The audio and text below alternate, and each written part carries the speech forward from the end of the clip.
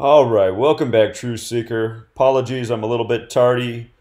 I closed the control room the way I launch the live stream, and I was having trouble figuring out how to reopen it. I clicked the wrong button and it created about a 5-minute delay, so I apologize for that.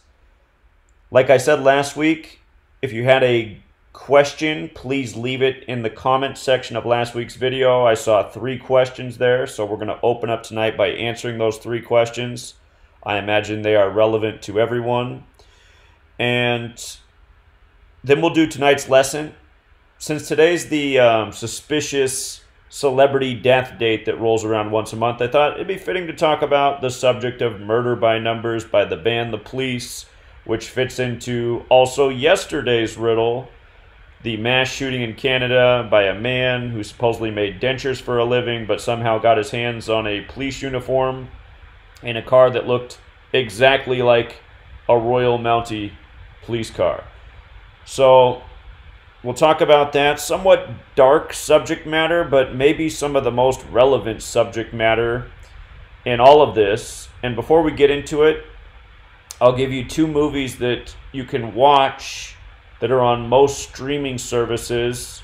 One's a little bit more silly than the other, but they both shed a lot of light on the subject of murder by numbers and what's really going on in this world, at least in my opinion. But before we get to the lesson and your questions, we'll start with the 3 questions left from last week. And 2 of them have to do with the Gematria error calculator.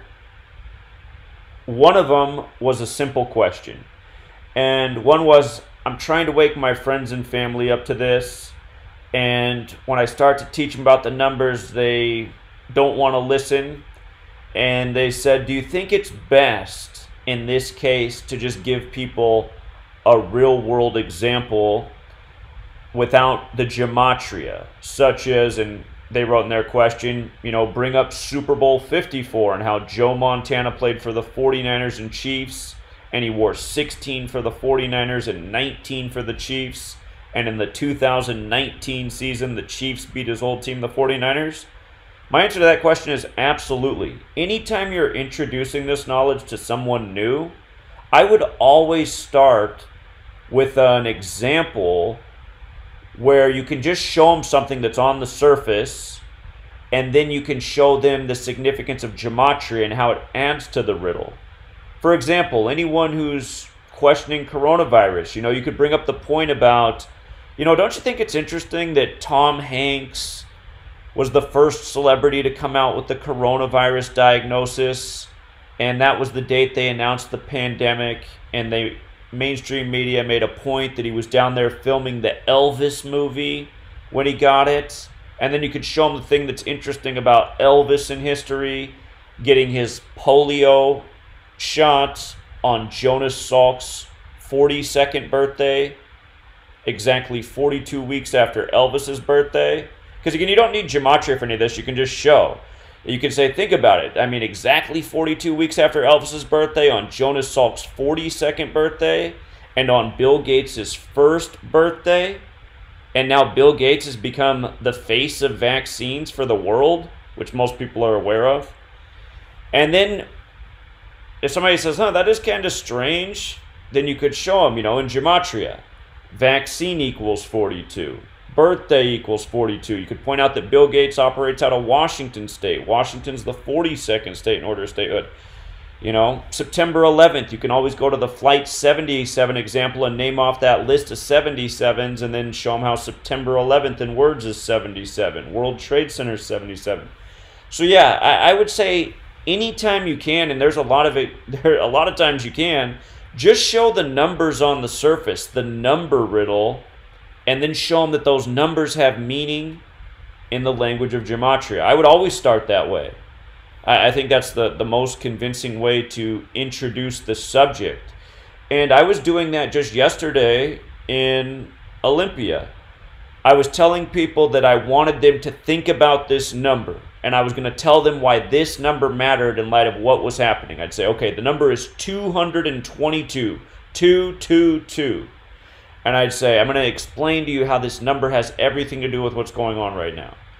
And then I'd say, okay, So I'd ask them, had they heard about Event 201? Almost everyone there had heard about Event 201. There were some people that hadn't. And I would say, okay, did you know that the date that the first, and keep in mind I was up near Seattle, Washington, but so it's extra relevant to the people up here, but I would say, did you know that the day that the first case of coronavirus was confirmed in the U.S., January 21st, on that same day, the president was in Switzerland talking to the World Economic Forum, who was the main sponsor of Event 201, this coronavirus outbreak simulation? Nobody knew that. Because again, I mean, I just found that out, a little more than a week ago? And I've been doing all this research all this time. There wasn't much publicity about the fact that Donald Trump was over in Switzerland talking to the World Economic Forum. So again, I just explained to people, just using the alphabetic order, A's 1, B's 2, C's 3, I said there's this practice Gematria. And if you write out World Economic Forum, it equals 222. So Trump was speaking at the World Economic Forum on his 222nd day of his age, 222, and the subject was world trade. And when I say world trade, probably somewhere in your mind you think of the World Trade Centers. And then I would explain. I would say from 9/11, the day that the World Trade Centers came down, to the day that this pandemic was declared, March 11, 2020, it was exactly 222 months. So you have Trump on his 222nd day of his age talking about world trade, and exactly 222 months later, you have, or from 9/11 to the pandemic, 222 months later. And actually, I explained that before I even explained the Gematria. And then I brought in the part about Gematria and the simple code of ABC123. And I said, if you write out World Economic Forum, it's 222. If you write out New York, New York, the most devastated city in the world supposedly now, along with, you know, the site of 9/11, or most of it. New York, New York, 222. If you write out Wuhan coronavirus, 222. If you write out Event 201 as words, 222. If you write out Order Out of Chaos, 222. And then I'd explain to them the significance of Order Out of Chaos, the Masonic motto, creating problems, bringing about solutions. And then from there, all I explained was the significance of 19 years later and the word chaos 19. So that's essentially what I did yesterday, is I just gave people a real-world example before even introducing Gematria, just getting them to say, okay, 222, that's an easy number to memorize. Yeah, that does seem to be beyond coincidence.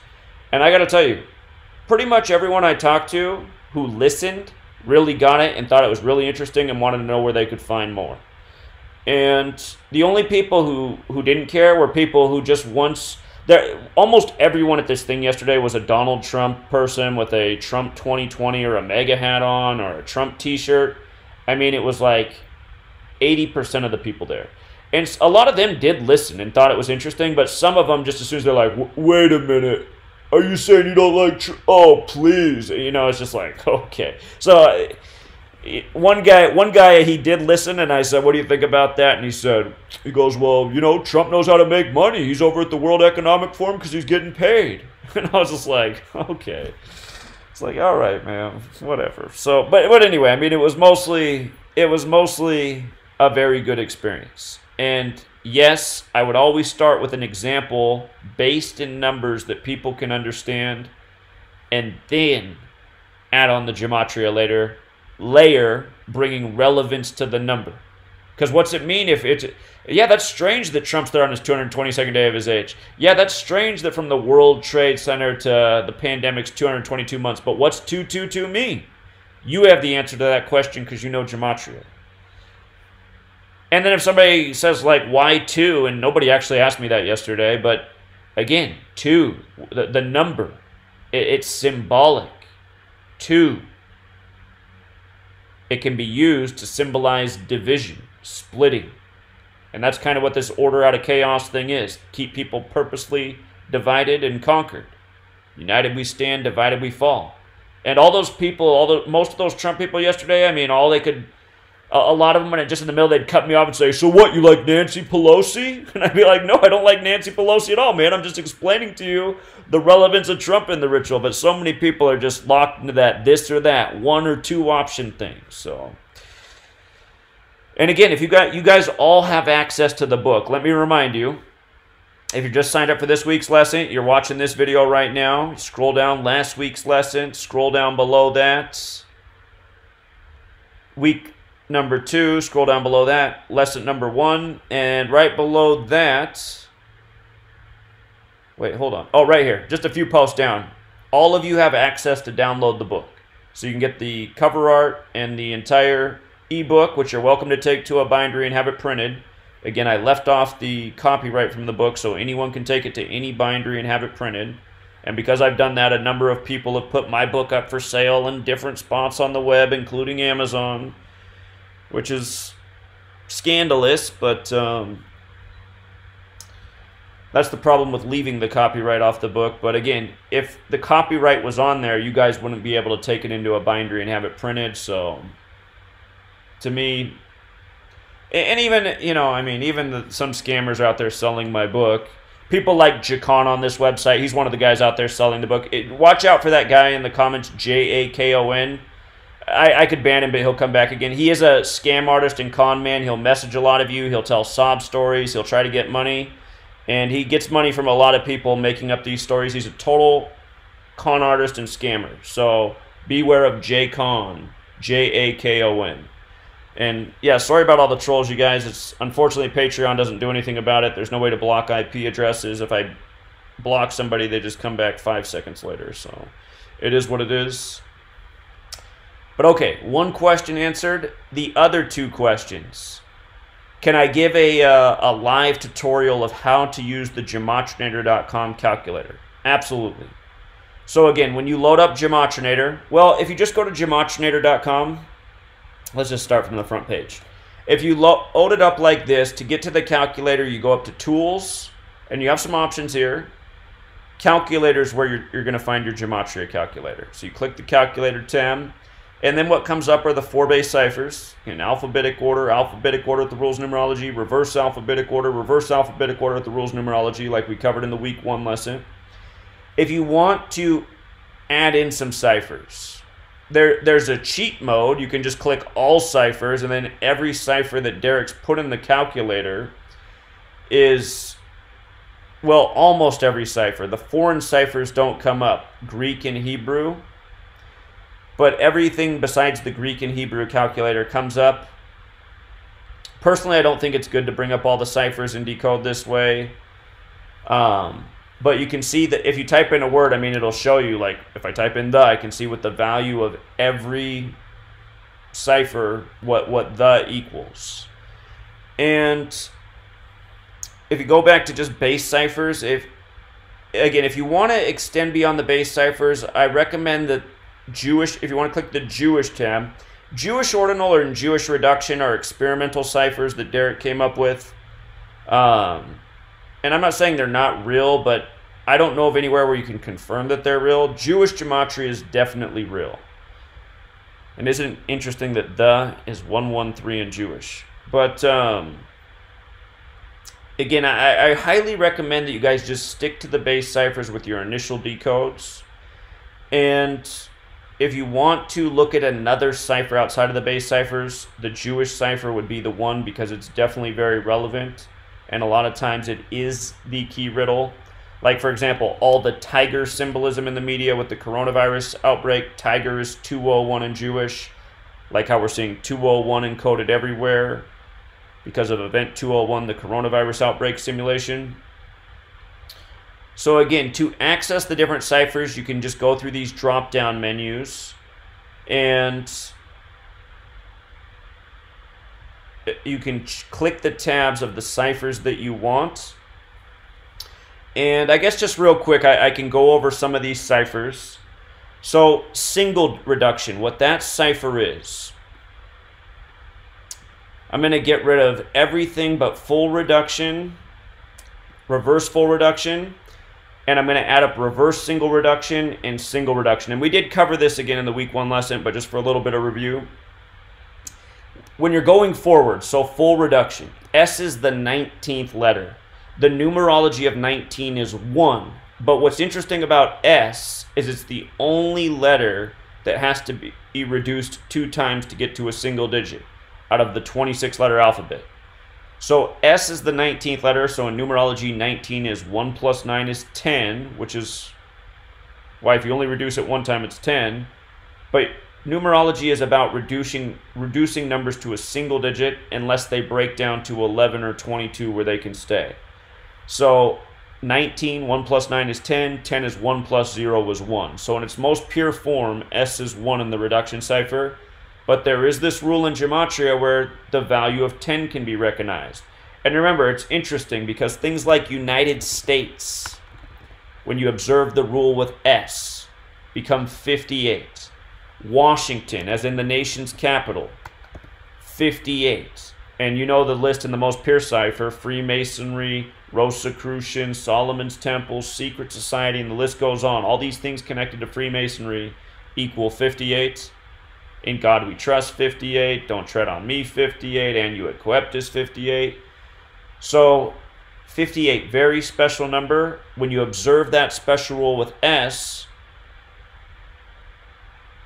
you observe some things that you wouldn't otherwise see, such as Washington and United States also having the 58 connection.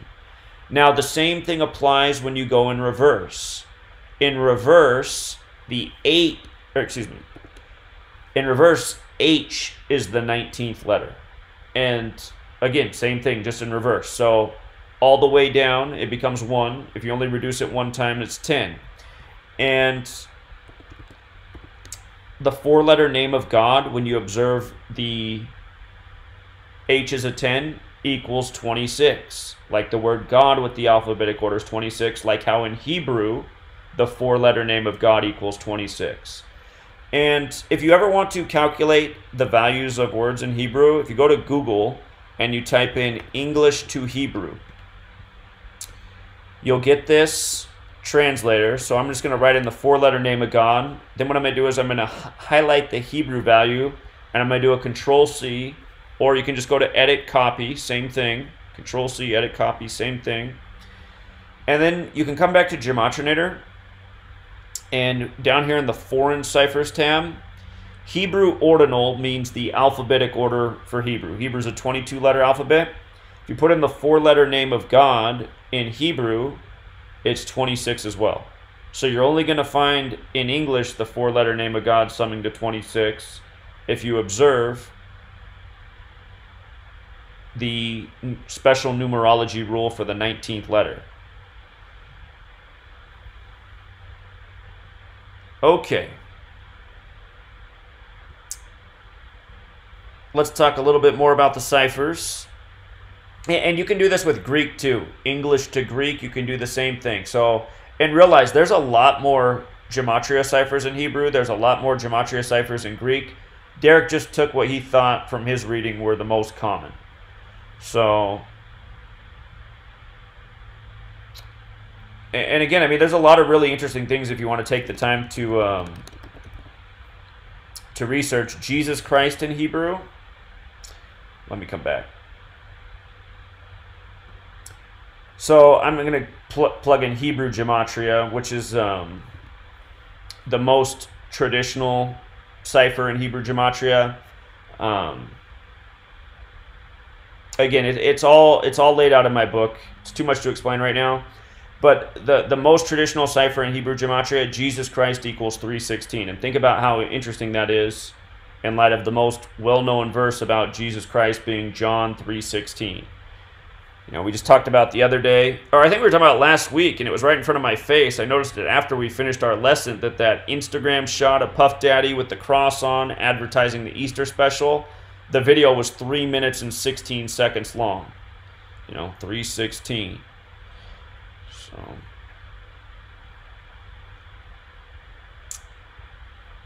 okay, so coming back to a little bit more to know about the calculator and the ciphers. I'm just going to refresh the screen so we get back to our base ciphers. So again, you pull up that ciphers tab.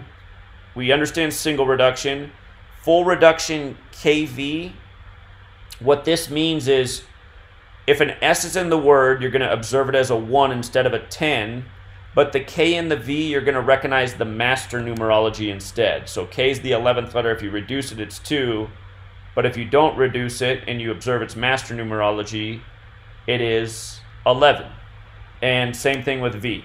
So I'm just going to write the word high. It doesn't have an S, it doesn't have a K, it doesn't have a V in it, right? So if I write out, so you see that, I'll put up the single reduction too, just to make a point, and the single reduction KV. So high is going to be 17 in all these ciphers because it's just made out of single digit letters. H is the 8th letter, I is the 9th, so you don't need any numerology, it's just high. If I write a word like valet, now valet in reduction is 15, but if we observe that master numerology of V, instead of the V being 4, it becomes 22, so it's plus 18 more. So valet is 33. You know?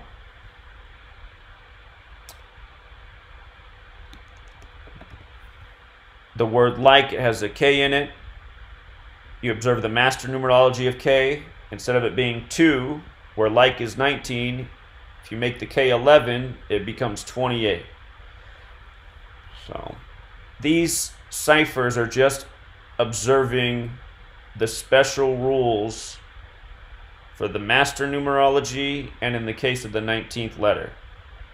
And just trying to think of a word here that's got like, I'm really tired today, you guys, I'm sorry. I'm trying to think of a word that has, the word sock will work. Okay, so sock. Notice how it'll be easier here if I just focus on these ciphers, clear some of this. Okay, so sock in reduction, making each letter a single digit number, is 12. In the single reduction, it becomes 21 because here S is observed as 10 instead of 1, so it's plus 9 more. So sock is 21. In the full reduction KV, it's also 21 because what's going on here is the K is 11 instead of 2. And then here in the single reduction KV, it's 30 because here you're observing S is 10 and K is 11. But notice, when you observe these rules, it'll never change the numerology of the word. They all break down to 3. So that's always true. It's never going to change the overall numerology. It's just going to change the total value. 12 is 1 plus 2 is 3. 21 is 2 plus 1 is 3. 30 is 3 plus 0 is 3. Okay, so those are the rules there for that. English extended gematria is a lot like Jewish gematria. Remember, if you scroll down the page, you can see the way the cipher works. You can see the values of the letter. And this is like traditional Hebrew gematria, where the first 9 letters are 1 through 9, and then the next 9 letters are something like 10 through 90. And then after that, you begin counting 100, 200, 300, 400, 500, 600, 700, 800, etc. So this cipher definitely has relevance. Again, if you're just experimenting with your decoding, always keep your 4-base ciphers open. Have Jewish gematria there. It's the next most important to keep an eye on. English extended, I would say, you know, there's probably a lot of times it's been relevant when I've been decoding things, but because I'm not even looking, I missed it. But I know that over the years we've been doing this, there's been a lot of really undeniable examples of value being in English extended gematria. And it's definitely a relevant cipher, but that's the way it works. Just like Greek isopsephy, just like Hebrew gematria. For Greek isopsephy and Hebrew gematria, their charts are just like this. So English extended pays tribute to that. And Jewish gematria is essentially the same thing with slightly different number values assigned and some of the letters rearranged based on the old order of the English letters that come from the Latin alphabet. So, okay, and then going through this list some more. Francis Bacon. So, what you need to understand about Francis Bacon gematria is that it is all dependent on the letters that you capitalize. So, notice, lowercase a. Whoops, I don't want reduction. Okay, so lowercase a is 1 in both ciphers. But if I do an uppercase a, in Francis Bacon, uppercase A is 27. The way this cipher works, Francis Bacon, is lowercase a through lowercase z is 1 through 26. Uppercase A through uppercase z is 27 through 52. So your Francis Bacon cipher will only be true if you've done the capitalization of the letters correctly. And there is a gentleman out there, Zenith of the Alpha, who made this discovery back in, I want to say 2015, maybe 2016. He noticed in his decoding that he was seeing 218 everywhere with Trump. And one day he called in, he's like, if you write Trump in all caps in Francis Bacon, it's 218. And I kept seeing all these 218s. He was, if you've been listening to my radio program for years, he doesn't call in as much as he used to, unfortunately. But he used to be a weekly caller, and he would always have something new about Trump in 218. And I'm pretty sure he was onto this even before, while he was still on the campaign trail.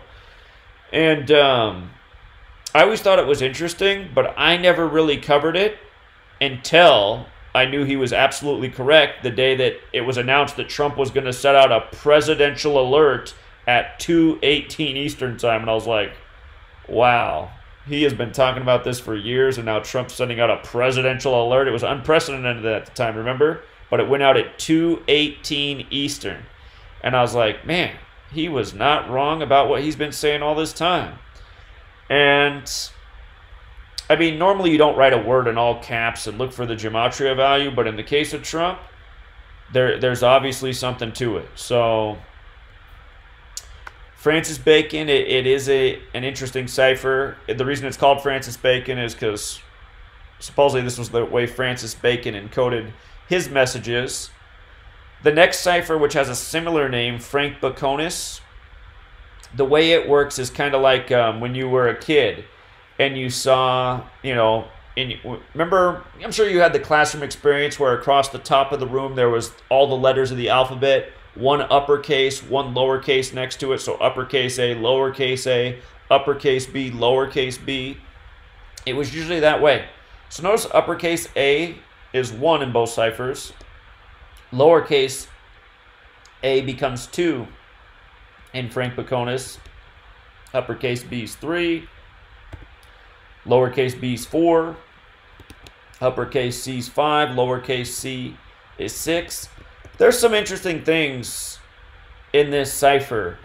One I always remember is baseball, how it's 108 in Frank Baconis. Remember, there's 108 double stitches on a baseball, just like how Major League's 108 with the alphabetic order. So, and again, since Frank Baconis is case sensitive, if you wrote out Major League in lowercase, you'd get a different value. That's actually interesting that you get 216 because that's how many total stitches there are in a baseball. There's 108 double stitches, which means there's 216 stitches. Just like when the Cubs broke the 108-year drought, something we saw in spring training. But who did they beat? They beat Cleveland, the 216 area code. So, and again, I haven't done a lot of work with Frank Baconis. There's definitely some things we come across that are interesting. But just to explain the way these ciphers work, again, Satanic Gematria, the way it works is it doesn't matter about it doesn't matter about uppercase or lowercase and Satanic, but it's a simple cipher. Instead of A being 1, it starts at 36. And that definitely matters that it starts at 36, and it just counts up. B's 37, C's 38, you know, D's 39, up to Z's 61. But the reason that matters is because it's called Satanic Gematria, and when you write out Satanic Gematria, it equals 666, which is the 36th triangular number. Remember, when you add 1 through 36 together, it equals 666. Talked about our triangular numbers in lesson 2, along with our prime numbers, our Fibonacci numbers. So, if the alphabet wasn't 26 letters in length, this would be impossible. And what's interesting about Satanic Gematria and Z being the 61st letter is that's the 18th prime number, and 18 factors into 6 plus 6 plus 6. So maybe that part's coincidental, but maybe not. So those are all under the English tab, and in reverse, it's all the same, but just doing things in reverse. So I don't even mess with most of these ciphers. In the reverse, what does matter is, again, the reverse single reduction and the numerology rules, just the same as forwards. If I remember right, United States, when you observe all the numerology rules, is 113 in the reverse. And remember, the United States of America was named the United States of America on September 9th, 9/9. That's the day leaving 113 days left in the year. So September 9th. The day leaving 113 days left in the year, the United States of America was named that September 9th, 1776. So when you observe those numerology rules in reverse, United States 113. I don't think that's an accident. Just like I don't think how in the most pure cipher, which is our reduction cipher, if you write out the United States of America, and I know you got to put a the in the front, but still, a lot of things do have a the in the front. The United States of America is 99. And it was named that on September 9th, the day leaving 113 days left in the year. And remember, with just using the alphabetic order, when you write out 13, it equals 99. Like how we got 13 stripes, we began with 13 colonies, 13 years of public school programming. Somebody who's listening sometimes calls in and goes, Zach, you always forget the other 13, and I'm forgetting it again. There's another 13 that I always forget. But don't forget that USA equals 41 the 13th prime. That's not the one I'm thinking of. There's another just straight up 13, but USA 41 the 13th prime. A lot of 13 in this nation's history. Just like how the Scottish Rite headquarters in Washington, D.C., named after the Scottish Rite Freemason, has the 13 layers of bricks in the shape of a pyramid on the top. Not to be confused with the 13 layers of bricks on the pyramid on the dollar bill. That's full of Masonic symbolism. So, I'm just going to refresh the screen to pull back up the ciphers. Can go to the ciphers tab. So Jewish, just so you understand how Jewish ordinal and Jewish reduction work, let me go down to the Jewish cipher. So you see how it goes A, B, C, D, E, F, G, H, I, and then the J's not there? It goes H, I, K, L, M, N, O, P, Q, R, S, T, U, and then the V's missing, X, Y, Z. It's because these other letters weren't part of the Latin sequence of the alphabet. They're newer letters. So this cipher, again, pays tribute to the letters that came from Latin in their order, and then the newer letters have these higher values.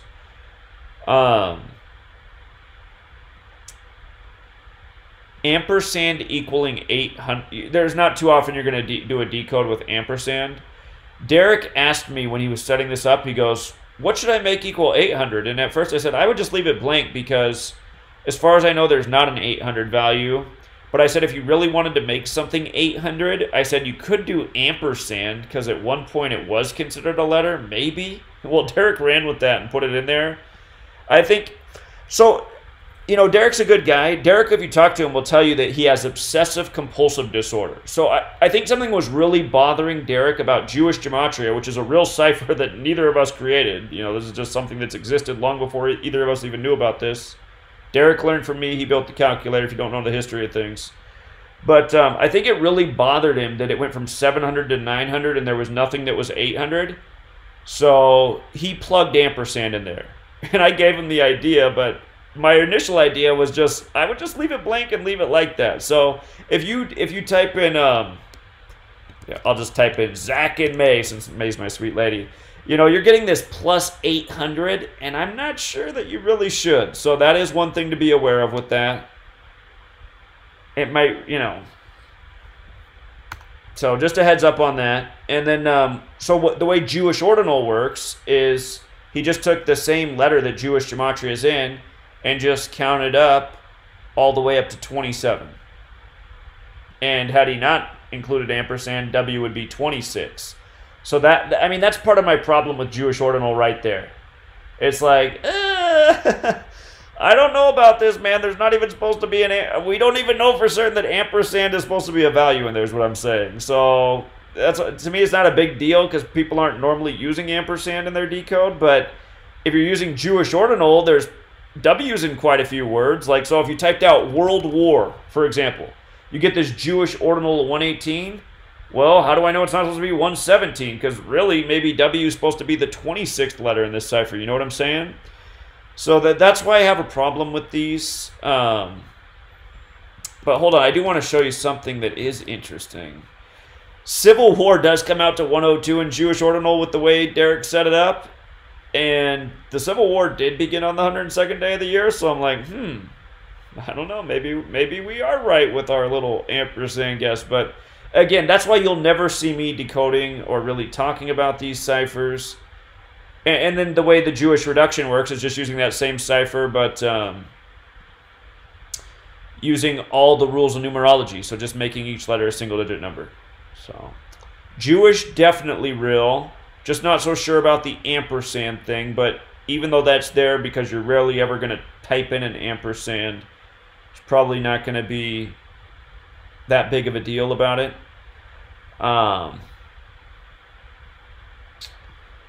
The Kabbalah Ciphers. So, ALW. Again, I explain how this cipher works in my book. It goes every 11th letter. So A is the first letter, L's the 12th letter, right? So it's skipping 11 letters, and then W is the 23rd letter, so it's skipping 11 letters to W, and then it's going X, Y, Z, back around, and then so 11 letters from W, if you circle back around with the alphabet, becomes H. H is the 8th letter normally, but it's 11 from W. And then 11 letters from the 8th letter is S, the 19th letter. So this is a cipher that exists out there that people use. And it's essentially observing 11, the master number. Like the 11th hidden Sephiro in the Kabbalah Tree of Life. So it's kind of abstract, but it is a real cipher, and this is how it works. And KFW is just another counting pattern. LCH is another counting pattern. I have never actually been able to figure out how the LCH one works, but these are just relevant ciphers that have been created that are in use by other people. And somebody the other day pointed out that if you write out the word riddle, it's 74 in all of the Kabbalah ciphers, which is very interesting. So, you know, most words don't have the same value. There's some things that you'll find some overlap with ALW and KFW, but this is the only word I know of that equates to the same value in all three of the Kabbalah ciphers. And think about it, doesn't it make a lot of sense? Riddle.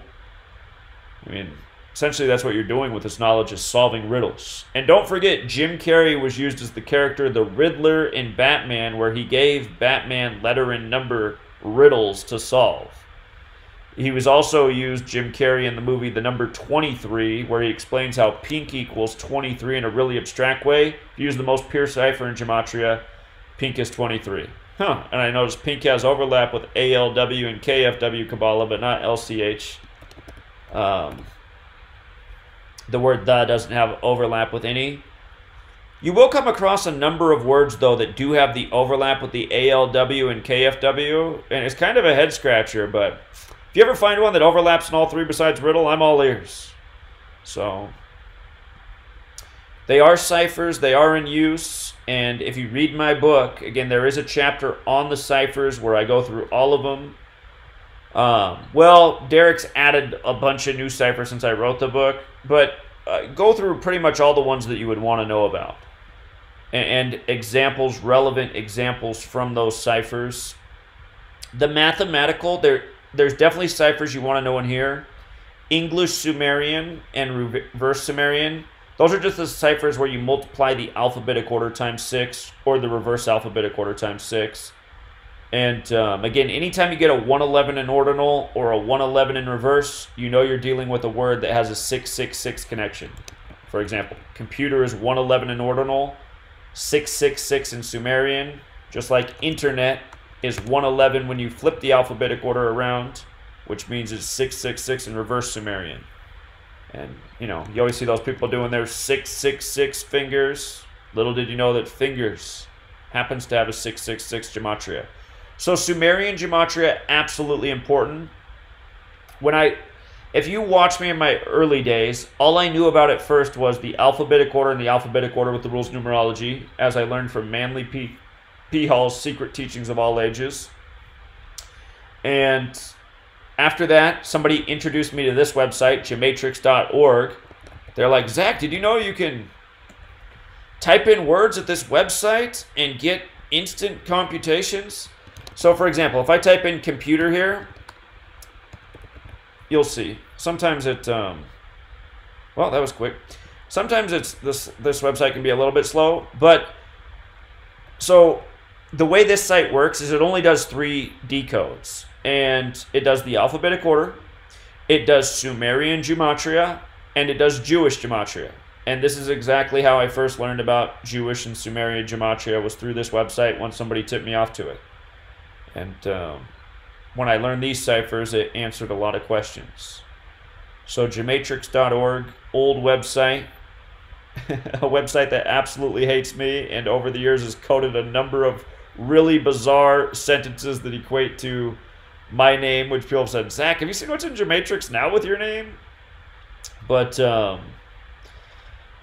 yeah, I have nothing to do with that, but I'm sure the creator of that website is very aware of me and hates my guts. So those are those ciphers. The prime cipher, here, let me just get rid of some ciphers here. The prime cipher just counts in terms of prime numbers. So there are some interesting things here, but these are ciphers I almost never use. So if you just come down here, you can see how the way the cipher works. The first prime number is 2, the second is 3, the third is 5, the fourth is 7, the fifth is 11. So these are just prime numbers. They're assigning the order of prime letters to the first 26 letters of the alphabet. 101 is the 26th prime number. Z is the 26th letter. Y is the 25th letter. 97 is the 25th prime, so on. So very straightforward. The Trigonal Cipher is just assigning trigonal numbers to the letters. So 1 is the first trigonal number, 3 is the second, so on. And again, 1, when you take the first number, 1 equals 1. 2, the next number when you're counting. Trigonal means you count the numbers that came before it. So 1 plus 2 is 3. That's why 3 is the second trigonal number. The number 3, you add 1 plus 2 plus 3, 6. The fourth trigonal number, 1 plus 2 plus 3 plus 4, 10. So on. So squares, the square root of 1 is 1, the square root of 4 is 2, the square root of 9 is 3, the square root of 16 is 4, the square root of 25 is 5. So again, it's just, or the other way to look at it is 1 squared is 1, 2 squared is 4, 3 squared is 9, 4 squared is 16, 5 squared is 25. You see how we're just counting up like that? F, the 6th letter, 6 times 6 is 36, so on. Again, I rarely ever touch these ciphers, but I do reveal some interesting things about them within the book. So, and then he has them in reverse. Septenary and Chaldean. These ciphers, again, there's some very interesting things here. These are 2 related ciphers. If you're familiar with Marty Leeds, the cipher that he teaches is septenary. And again, that's where you count up 1 through 7. G is the 7th letter, and then you count back down to 1 again. You go 7, 6, 5, 4, 3, 2, 1. And then you count 1 again, back up to 7, back down to 1. So this is another cipher out there. Something that I've always found really interesting is that Septenary and Chaldean, which are related, they are different but related. I've always found it very interesting that in both these ciphers, Washington, D.C. is 47, because I'm sure you're well aware of 47 in Washington, D.C. and all the many rituals we've covered over the years. What I would say is the most relevant number to the city, which again had the cornerstone laid on a date with 47 numerology. Remember, in our base ciphers, DC's 47, government 47, authority 47, president 47, White House 47, Republican 47, Democrat 47, Trump 47, Trump in the 47-story Midtown Hilton Hotel the night of the rigged election.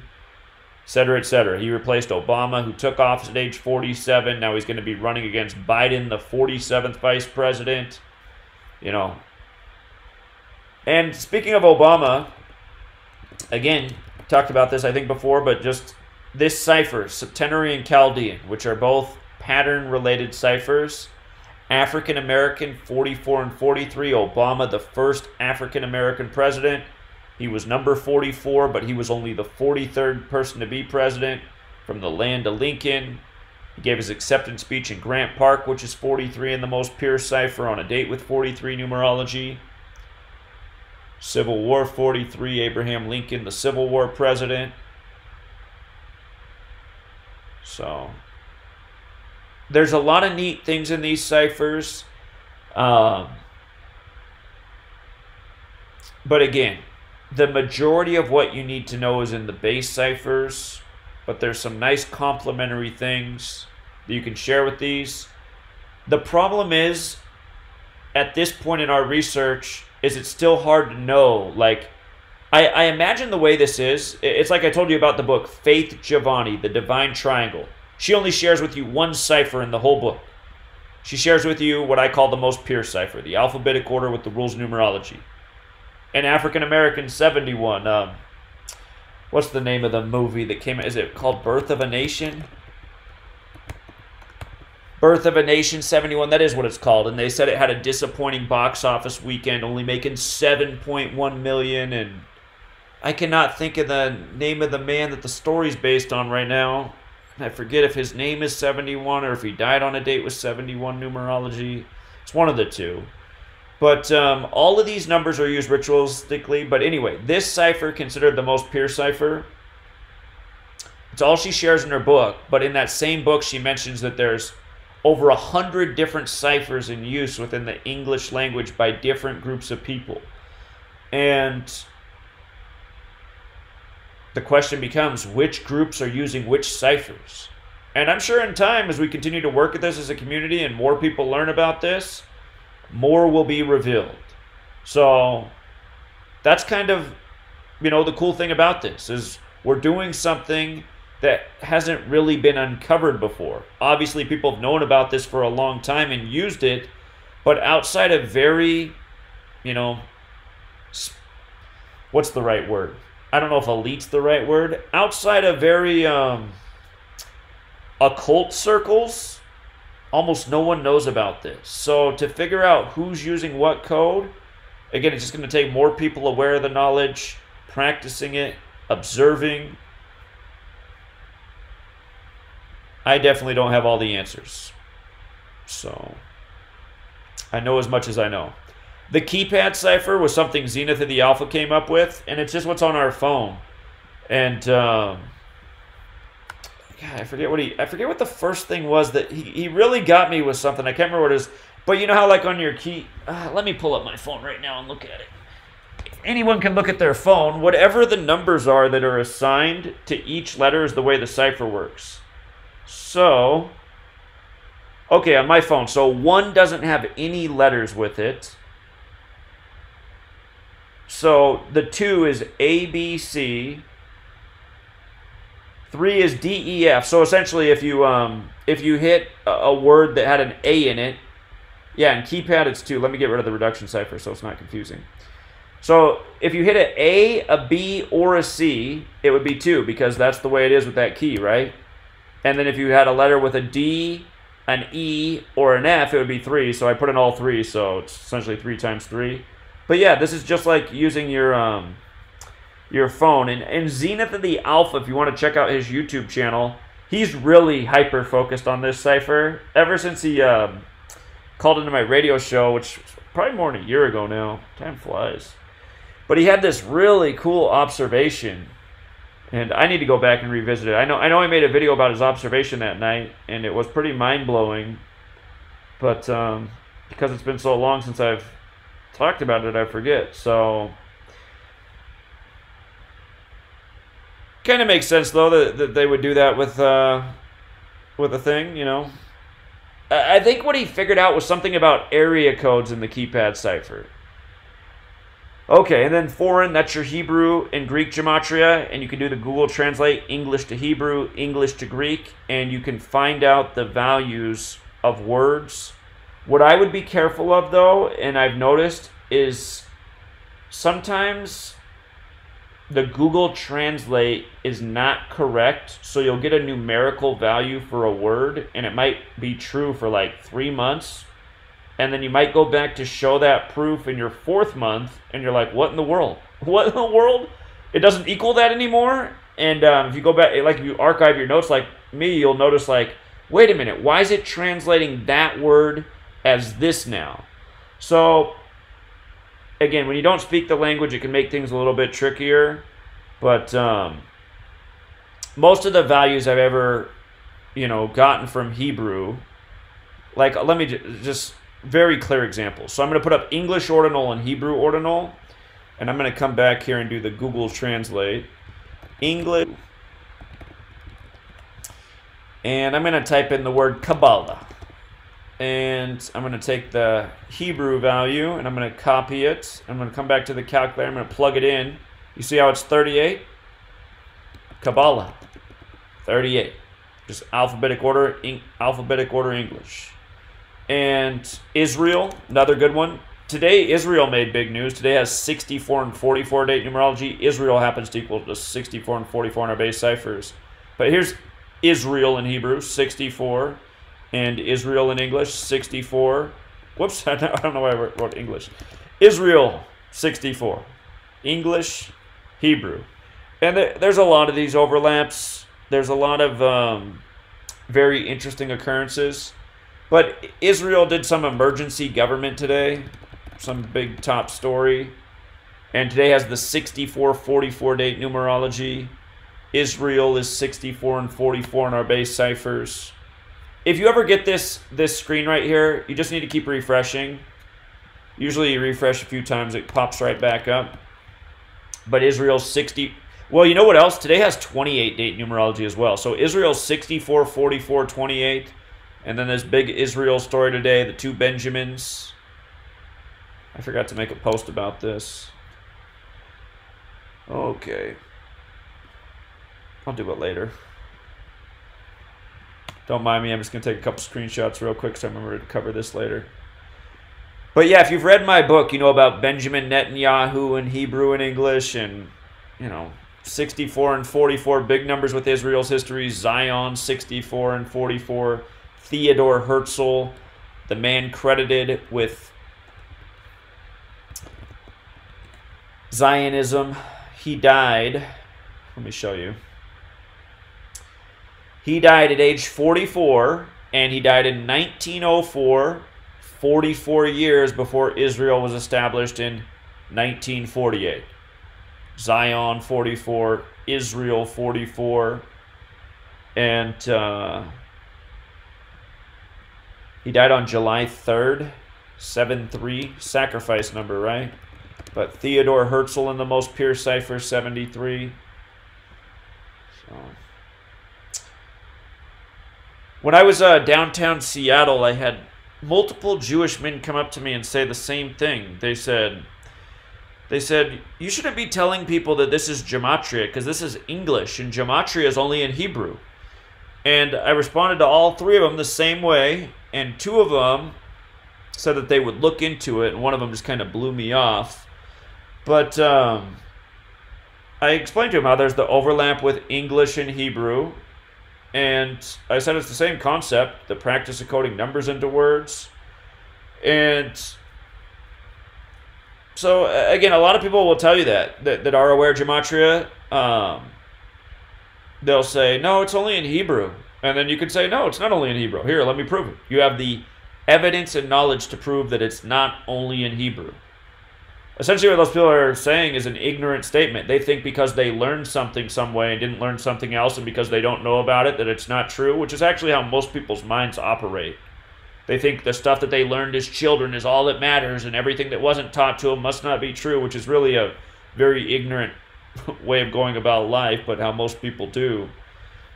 Again, and if on the streets of Seattle, I was trying to educate about, Event 201 and all that, but I think one of those gentlemen I might have told about Theodor Herzl.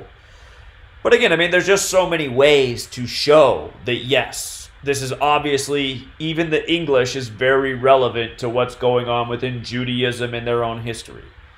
So, I think the most secret thing about Gematria is how it is encoded in the English language.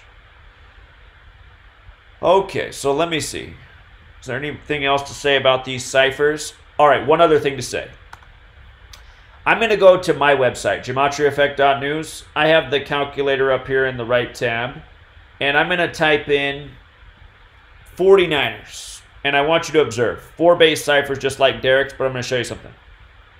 Once upon a time, if you would have typed in 49ers on Derek's calculator, you would have got these same values. 42, 50, 15, 39, 21. You would have got all the same ciphers.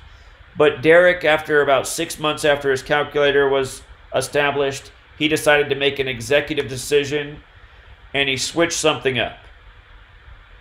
He made it so that it adds the 4 plus the 9, because what's going on here, the reason the values are different is because my calculator is not adding in the number values. And notice I can keep typing in numbers here. The values aren't changing. And this is true. This is the way it's supposed to be. What's considered the most pure way to decode a sentence with numbers in it is to make the number value null. It doesn't have a value. It's optional. You can do it, but it's not the most pure. So this is how 49ers looks the most pure way. What Derek decided to do, and I don't really know why he didn't, because I mean he's going against like the rules that have been written down since either of us knew about this knowledge, but he just made it so his default setting that it adds the number in 2. And what I'm here to tell you is I would decode it both ways. I'd look at it by not calculating the number part, because notice if I just have ERS, nothing's going to change, you know. And so that's the way to do it on Derek's. If there's a number in a thing, you can just leave out the number part. So this could be your 49ers if you're decoding. Or in his options setting, if you don't want it to count the numbers, you click options, and then where it says number calculation, it's set to reduced. You want to take it to off. And now it's the exact same. He also has this other setting that he made called full. So what this is going to do is it's going to look at 49 as a number instead of... Because see how 49ers is 42 here? If we go to reduced, it's going to add +4 + 9, which is 13 more, so it's going to take us to 55. That's what it's doing with each cipher. It's adding +13 to each cipher. He made this option full, so it's going to add +49 to each cipher now, you see? It's kind of interesting that 49ers is 64 when you add that, because if you spell out 49ers as a word, it has gematria of 64 and 62. If you go and look up the Kansas City Chiefs, who just beat the 49ers in the Super Bowl, if you look at their 3 Super Bowls, the Chiefs, they've now scored a combined 64 points in those 3 Super Bowls, and they've had 62 scored against them after completing their 3rd Super Bowl against the 49ers. Remember, winning their 1st Super Bowl in 50 years. And with regards to having scored 54, remember, Kansas City Chiefs is 64. Okay, so I would recommend putting it on off. And let me see, is there anything else really worth knowing about this? Shortcuts. So he has this list of shortcuts.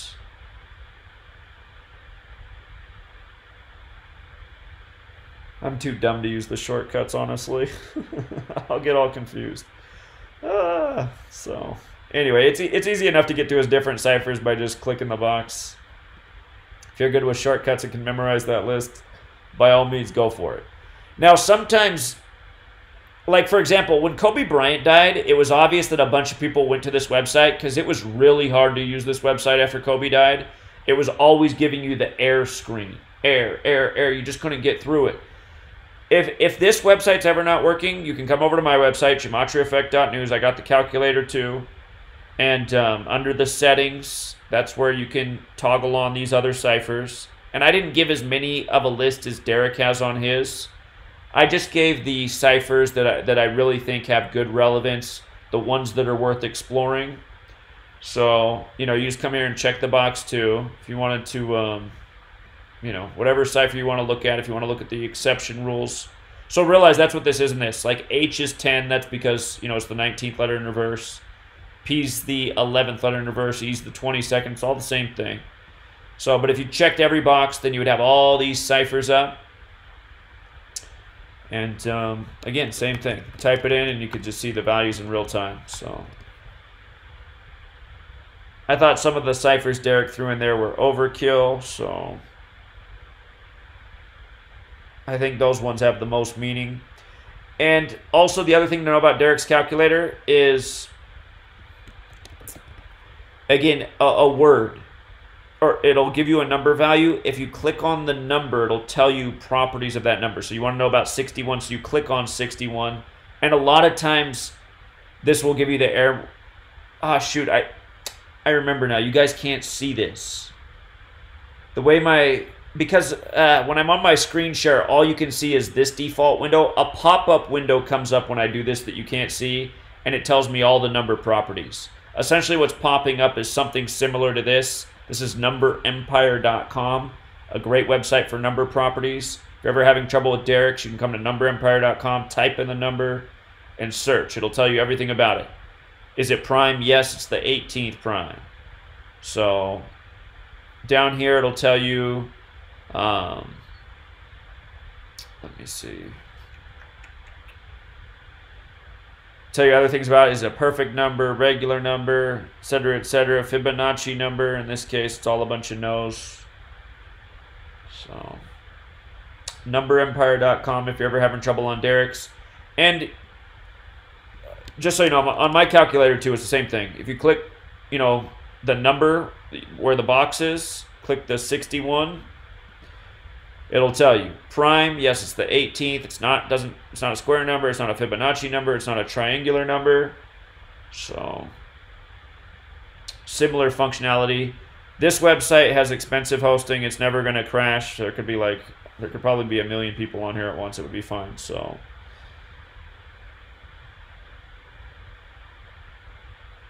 all right. So I think we covered about all we need to know.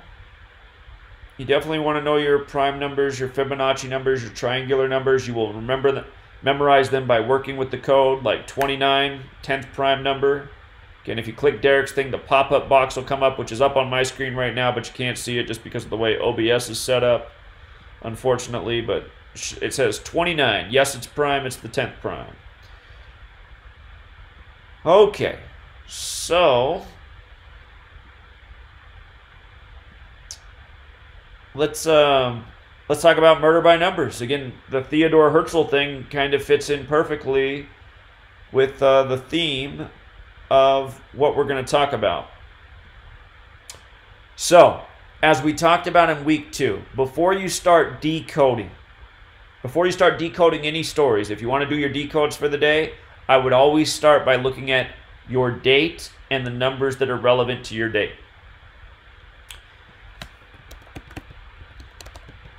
So we have our numerology paths. What are the paths? Adding the day plus the month. 4 plus 20, 24. And then you add the year in 2 parts. Plus 20 plus 20. Which adds up to 64. That's one of your paths. Another path is your life lesson number. 4 plus 20, and then you add the year digit for digit. So 4 plus 20 plus 2 plus 0 plus 2 plus 0, which is 28. The next path, just adding each number as a single digit. 4 plus 2 plus 0 plus 2 plus 0 plus 2 plus 0, 10. And remember, these 3 paths, they should all break down to the same single digit. 64 is 6 plus 4 is 10. 10 is 1 plus 0 is 1. 28 is 2 plus 8 is 10. 10 is 1 plus 0 was 1. 10, obviously. It's all in alignment. The next method is where you just knock off the first part of the year. So 4, 20, 20. 4 plus 20 plus 20, 44. And then you could also just do the day and the month. 4 plus 20, 24. Sometimes that's relevant. That's probably the least relevant out of these methods we're looking at. So you have your date numerology paths. Always keep in mind what day of the month it is. It's the 20th of the month. Okay, 20. In a leap year, pay attention to what day it normally is in a non-leap year and what day it is in the leap year as well. You want to know both in leap years. I observed that in 2016. I'm observing the exact same thing in 2020. You know, case in point, yesterday was April 19th, which in a non-leap year is the 109th day of the year. 109 is a number that's always coded into shootings. Shooting 109 with the reverse alphabetic order, you get this mass shooting on the anniversary of Waco, on the anniversary of OKC, on the anniversary of the shot heard round the world that began the Revolutionary War. Military's 109 in that same cipher. You know, Timothy McVeigh was a military guy. If I remember right, he was put to death at 33, like Koresh, the Waco leader, was killed at age 33, who saw himself as a modern Jesus who was put on the cross at 33. But the 109th day of the year is what April 19th typically is. So remember, even in a leap year, pay attention to what that date typically is. It matters. Just like the Sunday before, you had the devastating tornadoes on the 102nd day of the year in non-leap years. But this year it was technically a leap year, so it was really the 103rd day of the year. But again,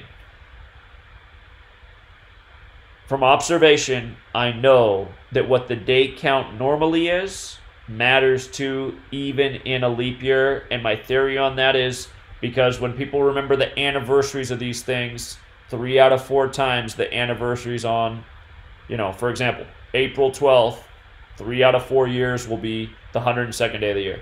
You can bet your bottom dollar in all these towns impacted by the tornado, next year in their news cycle, they'll be reminded, a year ago today, this happened. There'll probably be like a memorial. They'll talk about a memorial that day for the person who died. Next year in Nova Scotia, you can guarantee on April 19, 2021, there's going to be a TV special in Canada, Nova Scotia, remembering the people who were killed April 19, 2020. So this is why I think that it is this way. I was noticing the whole same thing all throughout 2016. I'm noticing the same thing throughout 2020. And I think I made that point even before, you know, the tornado thing happened or this shooting yesterday. So know your day count of the year. In a year that's not a leap year, I wouldn't be like, okay, and then normally, you know, like let's say it was 2021, I wouldn't be like, okay, today's the 110th day of the year, but in a leap year, it's usually the 111th. I wouldn't think of it that way. It's more just when you're in the leap year, pay attention to both values. And keep an eye on your days remaining. And then the other thing to always do with your dates is look if you have a triangular number, a perfect number.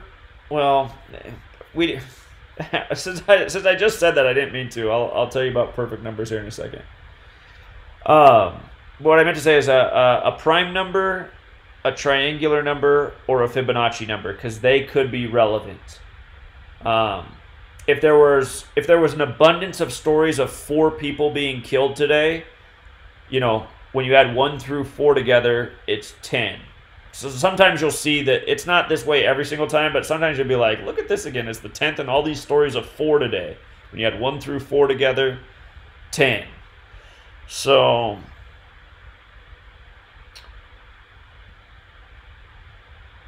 since I brought up perfect numbers, just a cool thing you can show people is if you type in the word perfect, or that's not the point I want to make. If you type in the word numbers, what I meant to say. If you type in the word number, notice that the word number has 6 letters in it. 1, 2, 3, 4, 5, 6. The first perfect number is 6.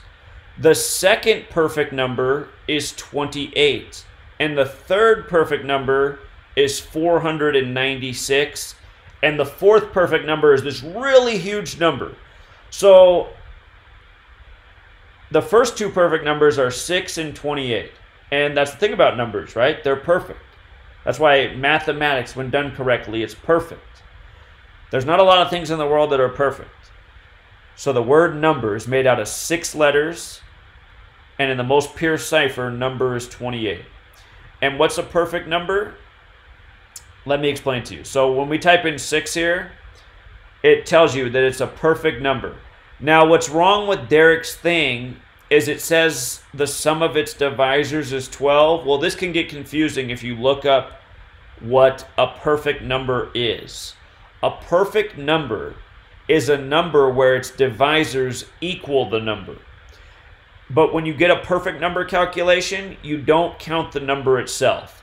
So the divisors of 6 in a perfect number search are 1, 2, and 3. 1, 2, and 3 all divide into 6. 1 plus 2 plus 3 is 6. So when you're looking for a perfect number, you don't add the 6. So that's why it shows the sum of the divisors is 12, which in a way is true because 6 divides into 6, but perfect numbers, which are a real thing that you can learn about in mathematics, that's the way it works. The divisors of the number, except for the one that is the number itself. And the number 28, its divisors, not counting the 28, add up to 28. 1, 2, 4, 7, 14. 1 plus 2 plus 4 plus 7 plus 14 is 28.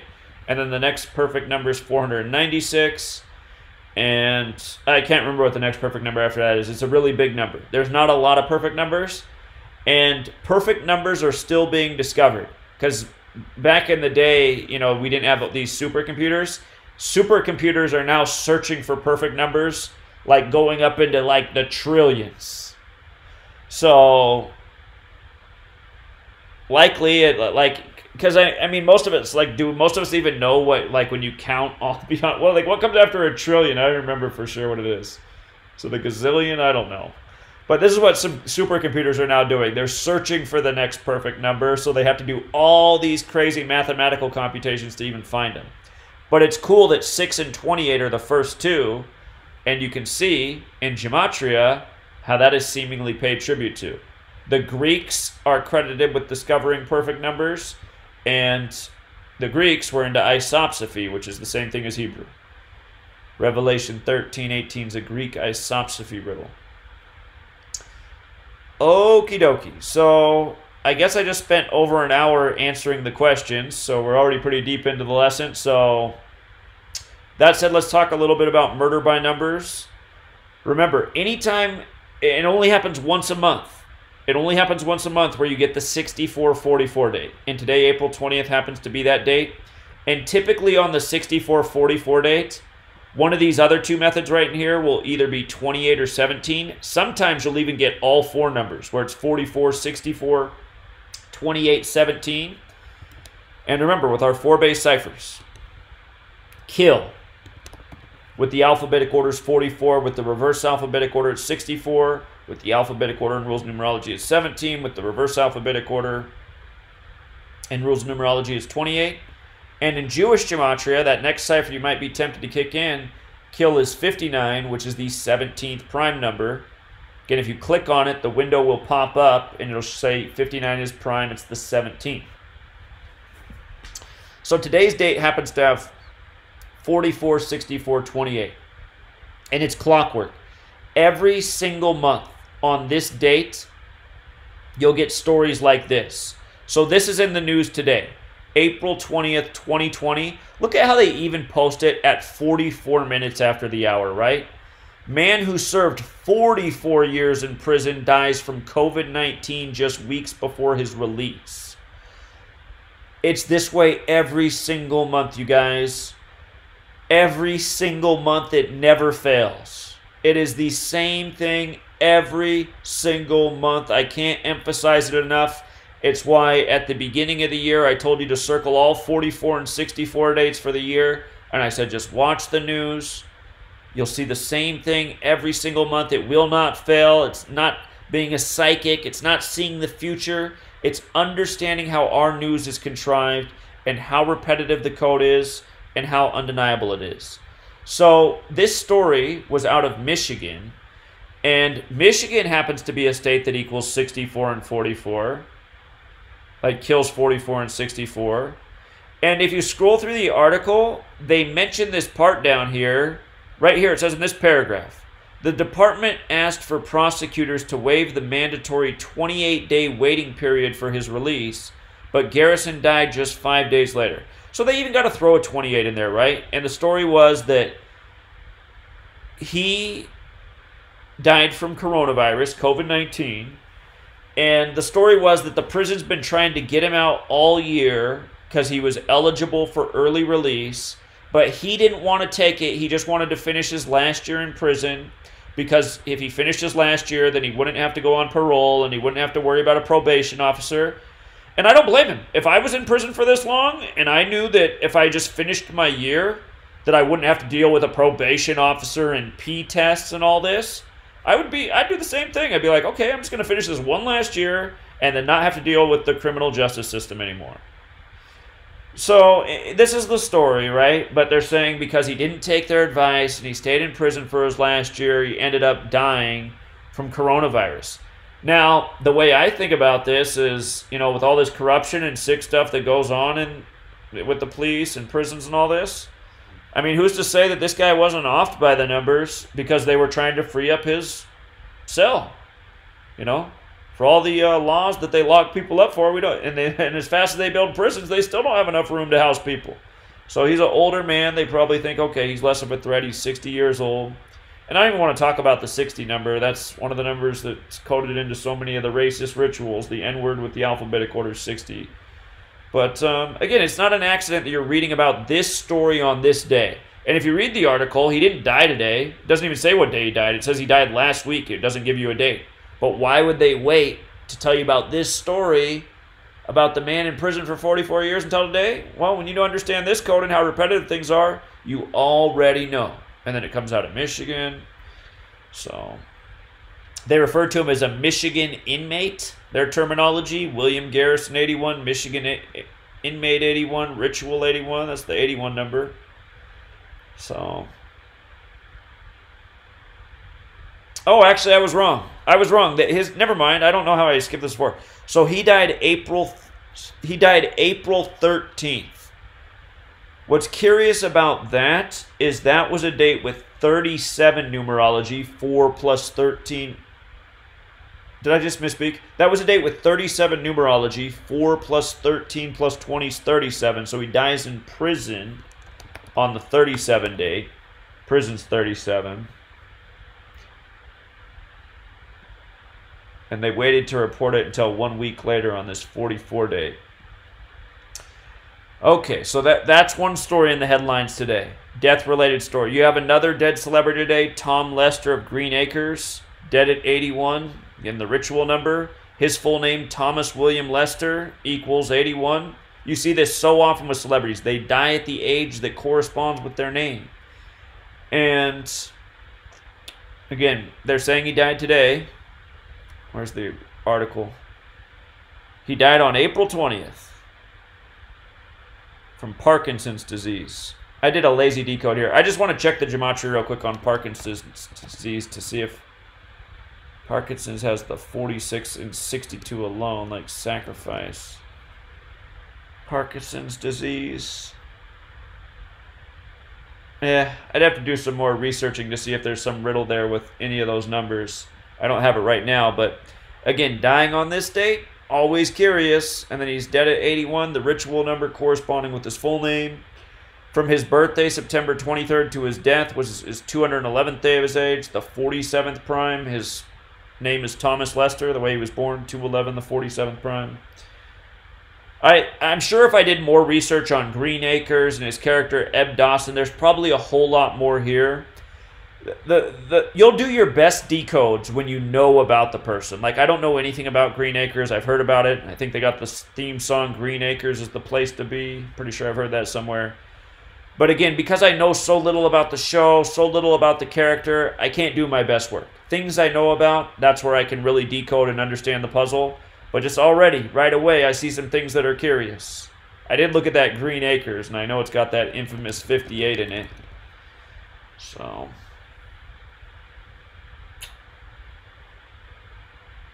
it's got a 95 and a 58, like the word fraternal. But yeah, I'm sure there's a whole lot more. Somebody who knows about Green Acres could probably take this decode so much further. I'd call this a lazy decode. But again, there's some suspicious things just right on the surface. So Don't forget that Mason in Jewish Gematria is 211. 211, the 47th prime, 47 degrees on the compass, Green Acres with the Freemasonry fraternal connection. This was the, actually, never mind. This death's also in the headlines today, out of Michigan as well. So notice we have 2 stories of black people out of Michigan today. We talked earlier about how African American has that 44 connection in the septenary cipher. But right away when I looked at this image, I thought, this image, I don't know, it looks a little bit old and dated to me. That's my personal opinion. But I figured, okay, they picked a picture of her in Minnie Mouse. Of course, a lot of children love Disney and their stuffed animals. I mean, it's not too uncommon, but just in light of knowing how the media is, the story is that this girl died from coronavirus. I was like, let me see. They got 2 Minnie Mouses in that picture. I just got to check. And I said, look at that. Minnie Mouse, and that is how you spell Minnie Mouse. You can look it up if you doubt it. Minnie Mouse is 56 like coronavirus, the same number we're seeing everywhere with the rituals. And I made a video on this earlier today. By the way, the news is today. The news broke today, April 20th, but the story is that she died yesterday, April 19th, 2020. A date was 63 numerology. Her birth name in the most pure cipher, 63. Just like in Canada, the first name of the victim they put out, the Mountie, also a woman, her name's 63, the one killed by the shooter supposedly yesterday. But there's a lot of interesting things encoded in this girl's name. I did a video on this earlier today if you want to check it out. I won't be too redundant in case you checked it out earlier. But I noticed the girl's name, Skylar and Herbert, has that double 76 encoded, like Negro, Slave, Rasta, Blues, all 76. Again, to go to the first question asked, to introduce this subject to somebody, the Million Man March is a very good example. It took place on the day leaving 76 days left in the year. You know, one of the most concrete examples that exists is just showing how this code's been put all over black history. With the alphabetic order forwards and backwards. Just those ciphers. Remember, Negro, Slave, Blues, Rasta. You know, they're all numbers associated with black history. They all have values of 59 and 76. And again, the Million Man March took place on the day leaving 76 days left in the year. Black History Month ends on the 59th day of the year. Motown. Everybody knows Motown. Motown came out in 1959 out of Detroit on the 42nd parallel. I think this story was out of... Yeah, this story here is out of Detroit, Michigan, too. But anyway, this girl's name has the 7676, like the words Tiger and Woods. Let me just show you Tiger. Tiger's got the 5976. Woods has the 7659. Anyway, this girl's got the 76 encoded in her name. They saved the date for today about the death of this Michigan girl. And after I did the video, somebody left an awesome comment. I added it to the blog post because, again, there's always more. I didn't catch this, but somebody went back and looked at the birthday of Minnie Mouse, which is listed as November 18th, 2020. From Minnie Mouse's birthday to this news story breaking today, April 20th, is a span of 155 days. Coronavirus with the alphabetic order 155. With the rules numerology 56 like Minnie Mouse. Story about a little girl dead from coronavirus. And then also, what I know about November 18th is that's the 322nd day of the year, 322. The day leaving 43 days left in the year. Yale equals 43. Like how Skull and Bones, 322s at Yale. Like how George W. Bush was the 43rd president, winning in Florida. Where his brother was the 43rd governor, where his father was the 43rd vice president. Florida equals 43 in Gematria. But, remember, Johns Hopkins, who's giving us all the stats about the deaths and the cases. Johns Hopkins is founded by a Skull and Bones member. We've seen a number of 322 rituals that we've been uncovering. Knowing this now about Minnie Mouse, I'd add this to the list. You know? And remember, like I told you at the end of last year, not a good look. Last year in Virginia, in August, marked the 400-year anniversary, of according to the history books, of slaves arriving from Africa and America.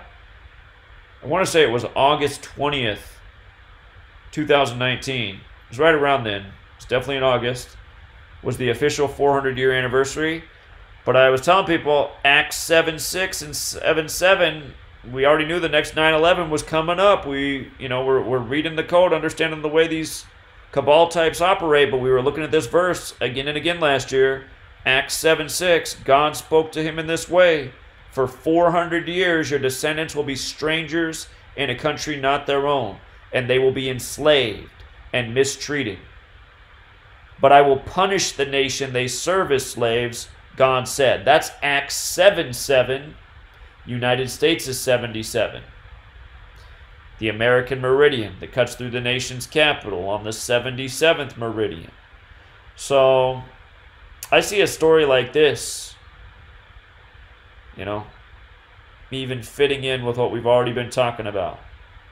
And I'd like to think that the story's not real and that person's from this person does not exist.com, but I mean, the real reason to know this knowledge and teach other people about it is because you care that evil people are ruling over us. They're working by a code. People really are dying. And very likely a lot of children in this world, unfortunately. So that was another, death story in the news on the 4464 date. The first story I caught wind of today was the death of Mike Curtis. You read the article, they tell you right there in the second paragraph, he was known to fans as Mad Dog. Dead at 77, symbolic number. But known as Mad Dog, well, right away, I mean, if you've been around, we did how many videos on Mad Dog Mattis? Remember Mad Dog Mattis, the Secretary of Defense for a while? Mad Dog's 44, his surname Mattis 44, Military 44, Soldier 44, Infantry 44, Trooper 44, Officer 44, and more. Remember Secretary of Defense Mad Dog Mattis was? Equals 193, which is the 44th prime. Him and Trump had their falling out 193 days from Trump's birthday. Again, I'm clicking on the 193 and a window's popping up on my screen that tells me it's prime. It's the 44th. You can verify this on your own computer. It's just that pop-up window's not showing up on your screen because of the way the streaming service I'm using works. It only shows the main window that I choose, so I don't know the way to troubleshoot that. But I assure you, if you go to Gematria.com, type in Secretary of Defense, you click the 193 number, you click right on it, a little window's going to pop up, and as long as it doesn't give you that error message, if it get the error message, you just need to refresh. But I guess just to remind you, you can always use GematriaEffectNews, and I'll just show you the same thing here. I'm going to go to the calculator. Okay. Let's see. So anyway, we got Mad Dog dead on the 44 date. They mentioned he played 11 seasons, that master number, like football's a game of 11 on 11. And they talk about how he finished his career in D.C. He dies at 77, Washington, D.C. on the 77th meridian. But notice, again, today's date numerology. We got the 64, 44, 28, which I'll go with kill. And then his nickname, Mad Dog, 44 and 28. So Mad Dog goes down on this date. Mad Dog's, if anybody ever nicknames you Mad Dog, I don't know if you want that nickname. It's got the 118 in it as well, which is like, death in Jewish Gematria. They mentioned something about how he was the first player drafted by Seattle in the expansion draft. Could be coincidental, but Seattle is a 44 city, in light of Mad Dog being dead on this 44 date. Seattle's large and in charge right now. It's kind of the city that seems to be in control of the whole coronavirus thing. Amazon, Bill Gates, Microsoft, Google. So, and another number to always be aware of in death rituals. All of these numbers are numbers to be aware of in death rituals. Remember, 97 is the 25th prime. Death 97 and 25. He died. Keep clicking on the wrong tab. Sorry. He died on his 25th day of his age. Death and time 25. Again, I told you that to check out that movie a few weeks back. In Time, which begins in Dayton, Ohio. Dayton's 25 in the Most Pure Cipher. That film's about how when you turn 25 years old, a timer shows up in your arm, and if you run out of time, you die instantly. And in the world, all currency is time. You get more time put on your arm by working, by trading things, by bartering things, by pawning things. But not an accident that they chose the age of 25 for when your time starts that could lead to your death. And again, for the caller who asked a few weeks back, like, if I think there's something different about reverse and forwards, I thought about it more, and I would say no. You know, Death and Time are both 25. The movie's set in Dayton, 25. I mean, it just seems to me, I would look at these 4-base ciphers as 4 parts of one system.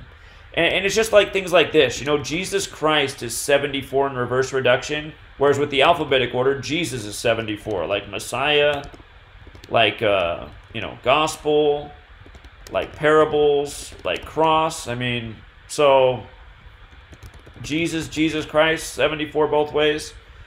To me, again, 4 parts of one system. Okay. And honestly, all these decodes I did, I'm sure there's a whole lot more to uncover and understand about them. These deaths will probably factor into riddles for next year's season. Let me check. You know what? This was the... I'll show you this real quick. Seattle Seahawks... Pro Football Reference, Pro whatever sport reference. There's a website like this for each professional sport. I just remember that the Seahawks, the season they just finished was, so it says 45 now. Their upcoming season will be their 45th season. The season they just completed was their 44th season, and they went 4-4 at home this year, which is the worst they've done at home in the era of Quest Stadium. They had a really good away record this year, but they were 4-4 at home, losing their game at the end of the year to the Cardinals at home, the lowly Cardinals by the numbers. But anyway, the Seahawks, for whatever reason, have a history of losing to the Cardinals at home. It's kind of funny. They're dominant at home, but they always lose to the lowly Cardinals at home. So yeah, that was just one other thought. And again, there's probably a whole lot more to this, but we're talking about people who died on the 44-64 date. Month after month, you'll see how so often the deaths that are reported on that date, they have the 44-64 numbers. And remember, it's just like the news that's in the headlines. Today on the 44 date, this has been CNN's top story for a lot of the day. Georgia governor says certain businesses can reopen this week. If you read the story, he's going to reopen some things Friday, including gyms, barbers, and movie theaters. And today has the 44 date numerology. Georgia's a very 44 state. Brian Kemp's a very 44 name. Remember, one of the criteria to reopen your state is that your surveillance system's in place so that Apple and Google can track you and make sure that you're following the guidelines and the curfew and the social distancing. They're minding your privacy by tracking you, as they've told us. To me, that's called so I don't think it's an accident that we're getting this news about the first state, Georgia, who's ready to open up their police state. And let's not forget that Georgia's the home of the CDC, the Center for Disease Control and Prevention, who has a lot to do with this ongoing scam that we're living out. And I was watching for news from the CDC. Maybe this is related today. Center for Disease Control and Prevention's 420, like how it looks like Georgia might be the first state to open. I haven't seen any other headline like this about a state. I have to double check to make sure I'm correct about that. But I haven't seen any other headlines like this so far about a state opening up these certain things on a date this week. It's the first one I've caught. So, I also noticed that from Brian Kemp's birthday to the date he's reopening is 174 days. Interesting number because New World Order is 174 and so is Number of the Beast. Mark of the Beast, tracking people. Maybe a little bit loose. If I was trying to introduce this to somebody, I wouldn't start with that example. I'd start with this one right here. But and also this oil prices thing.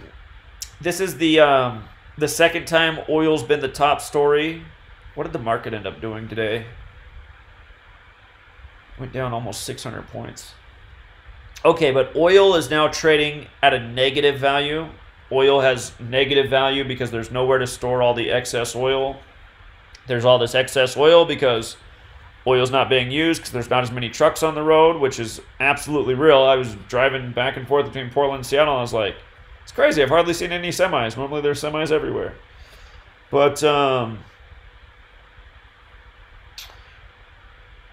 anyway, what I noticed is, do you recall March 8th? What we covered on March 8th? March 8th was the 68th day of the year. Always a big market number because market's 68. And the story on the 68th day of the year was that this oil war started, which caused the price of a barrel of oil to fall to the lowest price since 1991. And what we should also be asking right now is, well, if oil's trading at the same price as 1991, then how come we're all not paying $1 at the pump right now? Because that's what gas was in 1991. It was $1 a gallon. So why are we not paying $1 a gallon? And I did see a headline about 10 days ago from CNN that gas is going to go down to $1 a gallon this summer. Well, why do we have to even wait months? It should be $1 a gallon right now. Again, the whole time that gas prices have been way up, if you've done the math on what the price of a barrel of oil is, none of it makes any sense. We're all getting super gouged on oil and gouged on everything else in life. But anyway, they had this right here. So this is what I focused on when I made this video on March 8th. It said right here, this is how the price drastically went down. But then Saudi Arabia escalated the situation further over the weekend. They did this on the 68th day of the year. The kingdom slashed its April official selling prices by $6 to $8. 6 to 8 on the 68th day of the year to really cause a big drop in the market. And then remember, that was a Sunday night, and I said, watch what the market does tomorrow. And sure enough, the market did a record tank the next day. But market 68, Saudi Arabia 86, the reflection, 68th day of the year. All of this was related to Wuhan, Wuhan coronavirus 68. So, and then Monday, the date that the market ended up really tanking because of the moves by OPEC 69. So again, just manipulating the market by the numbers. And so here we are on the 44 date, and I just noticed that from March 8th to today is a span of 44 days. And I'm just asking myself, is this all just part of the, wrecking the economy by the numbers to create a global recession? Recession's 44. Honestly, in this decode, I'm kind of searching. I'm searching for why they might be doing this on the 44 date numerology, a span of 44 days later. They've definitely created a global recession. Are they trying to add to it? As we talked about before, we talked about the headline that was up by CNN like a month ago. Could we be looking at the next depression? And we were saying, uh-oh, coronavirus 56, depression 56, unemployment 56. So, again, we're seeing how it's all being orchestrated by a code. But just realize there's patterns in numbers that are used in all these rituals that are waged, that we see through headlines, that we see through news stories. So, with that said, if you like researching the topic of murder by numbers, which yes, is a dark topic, a good thing to be aware of is a website on Wikipedia, and you can do this for every single year. But for example, we're in 2020 right now, so deaths in 2020. And if you test in 2020, we're already getting deaths on the 21st because part of the world is in the 21st already. But what Wikipedia will do is it will include the headlines of, or essentially what it does is it compiles the deaths from dates, pulling from the headlines of the world. And again, just watch. Over the course of the next week or two, you're going to see more deaths reported in the headlines for people who actually died today. Wikipedia is not going to have those stories added here until they're reported in the headlines. So there's people who no doubt will end up that died on this date that we'll read about in the days ahead. It's like clockwork every month at this date. It seems it always goes out like a week. But you can scan through these and, a lot of times you can see more rituals, like 49-year-old chess player here, born June 18th, dead April 20th. again, just quick scans. When you know more about these people's lives, it's always easier to do a better decode. But you can always copy and paste a name. Just do a quick run through the Gematrinator. So you plug in this guy's name. I mean, he does have some fateful numbers there. 83, like murder. 97, like death. And by the way, just in case you guys missed my video that I did that Google censored, if you missed the live stream, you probably didn't see the video because Google won't let it come out of processing. But I just want to make a point about the shooting yesterday in Nova Scotia in light of murder by numbers. So they said that this whole killing spree ended when the police killed the man dressed like a police officer when they killed him at this gas station. And I forgot to put the screenshot in here, but I'll just show you. It's like right around. Oh, I gotta go back a second. It's right here. Okay, so they show you that this whole incident ended in Nova Scotia yesterday at this Irving gas station where the police killed the suspect. And just look at this. I mean, remember, the song Murder by Numbers by The Police, the band, came out in 1983, right? 1983. And he was killed at an Irving gas station. So I want to just type in Irving and murder. Look at Irving and murder. The exact same in 3 out of the 4 ciphers. The alphabetic order, the reverse alphabetic order, the reverse alphabetic order with the rules numerology, and including having that 83 overlap. The song Murder by Numbers came out in 1983. The star of the movie Murder by Numbers is Sandra Bullock, whose name is on the movie poster. Sandra Bullock has the 83 in it. And, of course, the only letters changed on that movie poster. Again, you guys, don't forget to use my old blog as a reference. You know, you can come on here and search Murder by Numbers poster, like you're trying to show people these things. You got the movie poster right here, Sandra Bullock. The Murder by Numbers, the E changed to a 3, the B changed to an 8. Great reference. Shout out to Miss Marion who sent me this actual murder post or this movie poster in the mail. I'm going to get this thing framed and have it up in the background when I do my live streams. I need to do that. I've been putting that off for a while. I need to get it done. Because it's an example you can reference all the time. These numbers come up so much. It's just like the first guy we plug in who died at a relatively young age, 49, and I plug in his name and then there's the 83 again. I mean, it's just, you know, and then 97 like death is just like, okay, what are the odds that his name has these death numbers in it? So,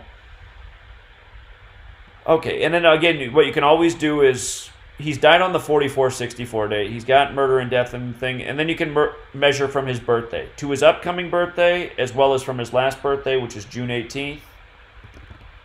So again, date duration calculator. June 18th, 2019, we'll measure from the last birthday to today. So he died 307 days after his birthday. That's the 63rd prime. Just so you know, Freemason in Jewish Gematria equals 307. 307. In Hebrew Gematria, they consider the number 37 like the most special number. I'll let you read up on that. Remember, the word perfect in the most pure cipher is 37. But Freemason is 307 in Jewish. That's the 63rd prime number. Freemasonic has the 63 Gematria as well. Like how yesterday had the 63 date numerology. And you had the death of the Mountie, whose name is 63. You had the death of the little girl, whose name is 63. So, okay. So he died 307 days after his birthday. That does mean that if you counted the span of days, you could also say he died on his 308th day of his age. 3-8, death, murder, killing, RIP, all 38. Wait a minute. He also died on his 44th week of his age. You see what I mean, you guys? Do you see what I mean? Ugh, it's just so disgusting, man. It's just so disgusting. And what's his crime? Being good at chess?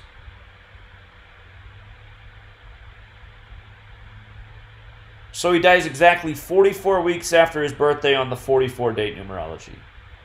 Let me check the Gematria chest real quick. Yeah, I didn't think so. He's got the 81 like ritual, but what do they call him, a Grand Master? No, nothing there either. But anyway, dead exactly. So he's dead on his 44th week of his age on the 44 date numerology. Man. And again, I speculate. Actually, I was going to say 2 movies to watch. Two movies to watch. If you want to watch a movie doubleheader to maybe figure out why this is going on, one of them is a pretty dumb movie, but this is exactly why they put in there what they did. It's a dumb movie. It's called Cabin in the Woods. It's like a teenage classic horror movie, but it has more of like a sci-fi government conspiracy bent to it. I believe it's called Cabin in the Woods. Cabin in the Woods.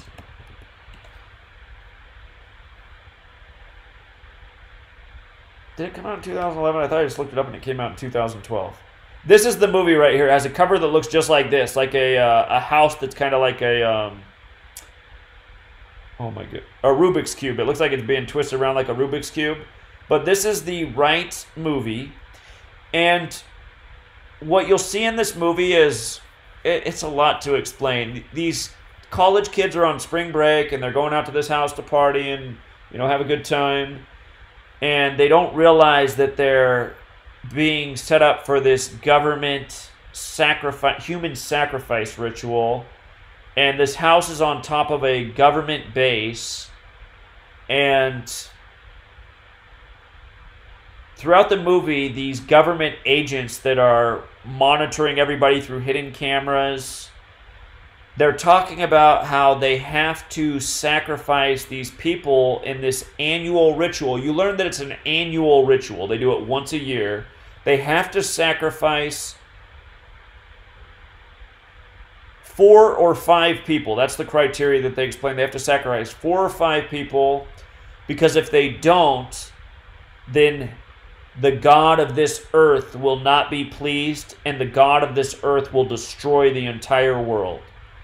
So this is the premise of the movie, and the government's orchestrating it because they're maintaining the order of the world by making sure this annual human ritual sacrifice happens so that the world continues to carry on. And when you watch the movie and you listen to the different remarks made by the government agents, you'll just see, I mean, that when you're awake and you watch this movie, it's really disgusting. It's just like, oh my God. Because the average person watching the movie and like, this is funny, this is, oh my God, this is so corny and stupid. But that's why they do it. They put the truth, and I'm not saying that they are, if they didn't ritually sacrifice people, the world would come to an end because the God of this world would destroy it. I don't know that that's not true, but obviously that's an ancient belief.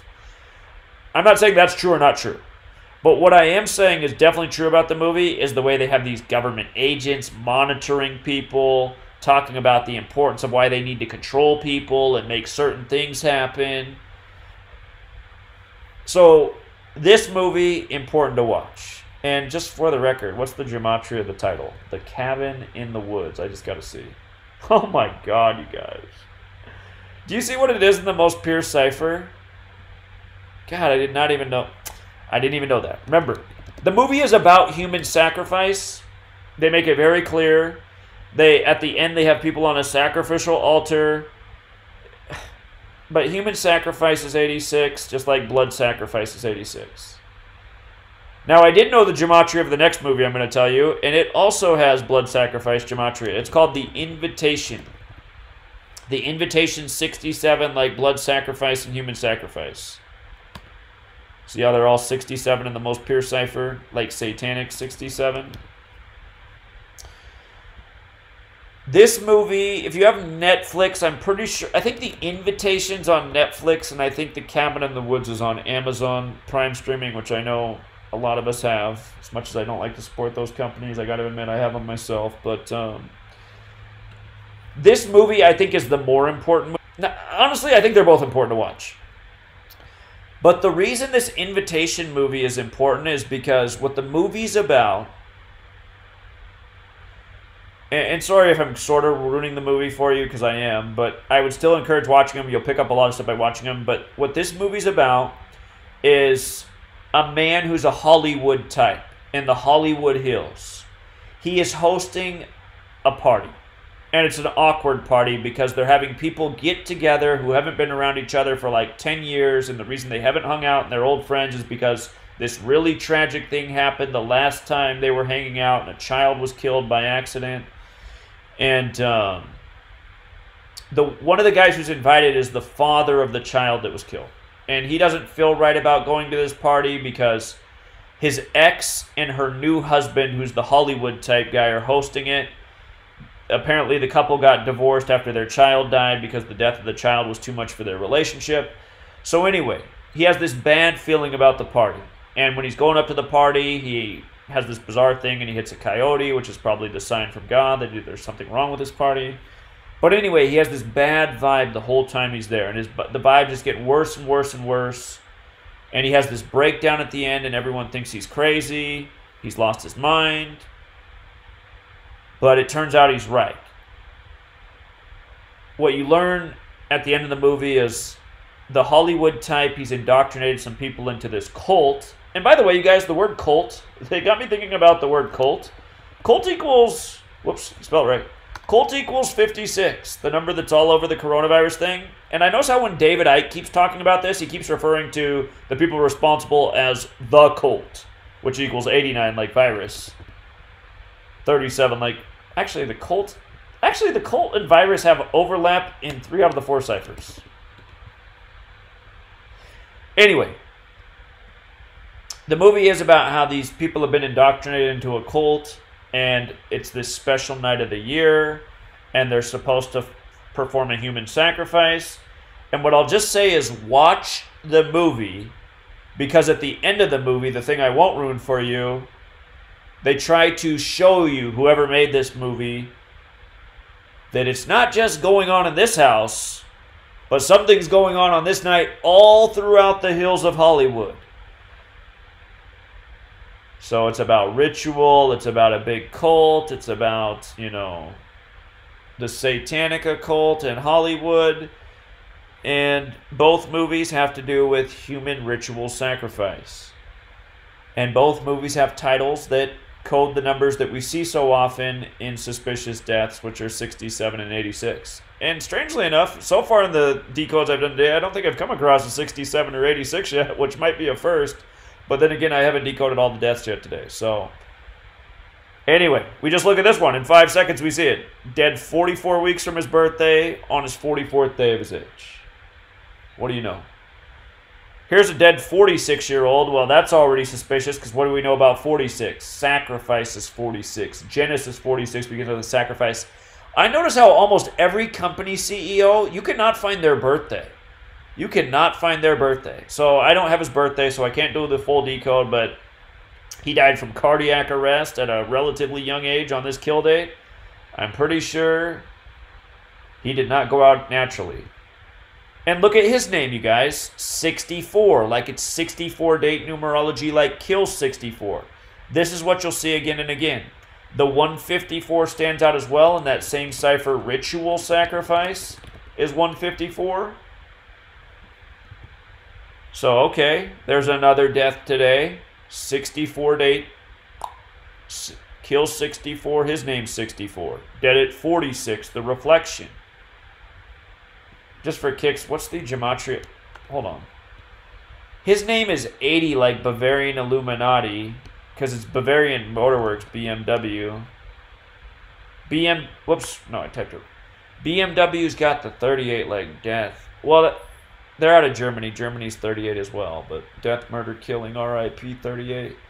All right, let's just keep moving through the list here. Let's just check out these deaths in the headlines. 52, that's not that old. Another Indian dude. No, actually, I take it back. He's Sikh. Well, he might be Indian, though, but he's Sikh. Well, we don't have his birthday, so it's hard. Again, it's hard to do a proper decode. He was the British emergency care consultant, described as the first person of Sikh heritage to hold such a role in the United Kingdom.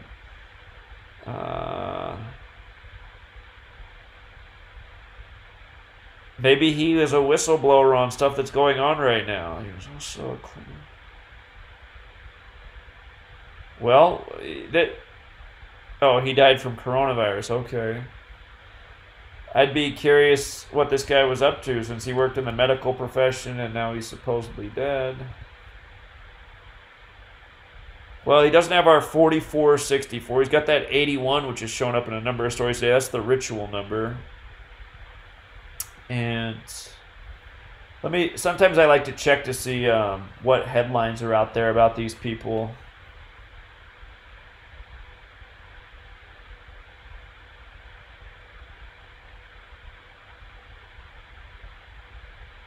Yeah, it's okay. I'm gonna let it go. If you do more research, there might be something. You know, they might just throw a number right in your face. He was responsible for 44 clinical trials, or just something like that. You'll see it all the time on these dates. You're like, God, they just, you know, a couple months ago when Robert Archibald died on the 44 date, they mentioned how his NBA career only lasted 44 games. It's just, again and again, the same numbers. So here's someone dead at 73, sacrificed 73 with the alphabetic order.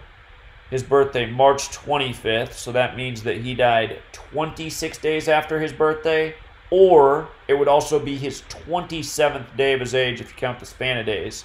Rituals 27. So he's got a long name, but it looks like this is the name he most commonly went by. And again, I mean, these are lazy decodes, but these are just surface level where you would start with the name, measure from the birthday. Gabriel Reitz, 121. That stands out to me right away. More fateful gematria. Blood sacrifices, 121. He's got the 5877, like secret society. But again, to do a decode justice, it's always good. And again, he was 73 years old, sacrificed 73. To do a decode justice, it's always good to go through their career, see when their career began, what they're most remembered for, because so often the numbers they die by are the numbers connected to their career. So,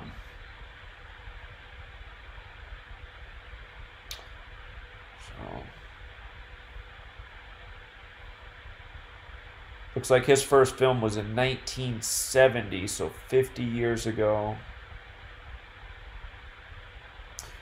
You can check the gematria of his full name. That's a really long name. His full name's got a 607 in it. That's kind of suspicious. You see the 229? That's the 50th prime number right there. So if you click on that, again, it's not going to pop up the screen I'm looking at, but that's the 50th prime. So his career lasted 50 years.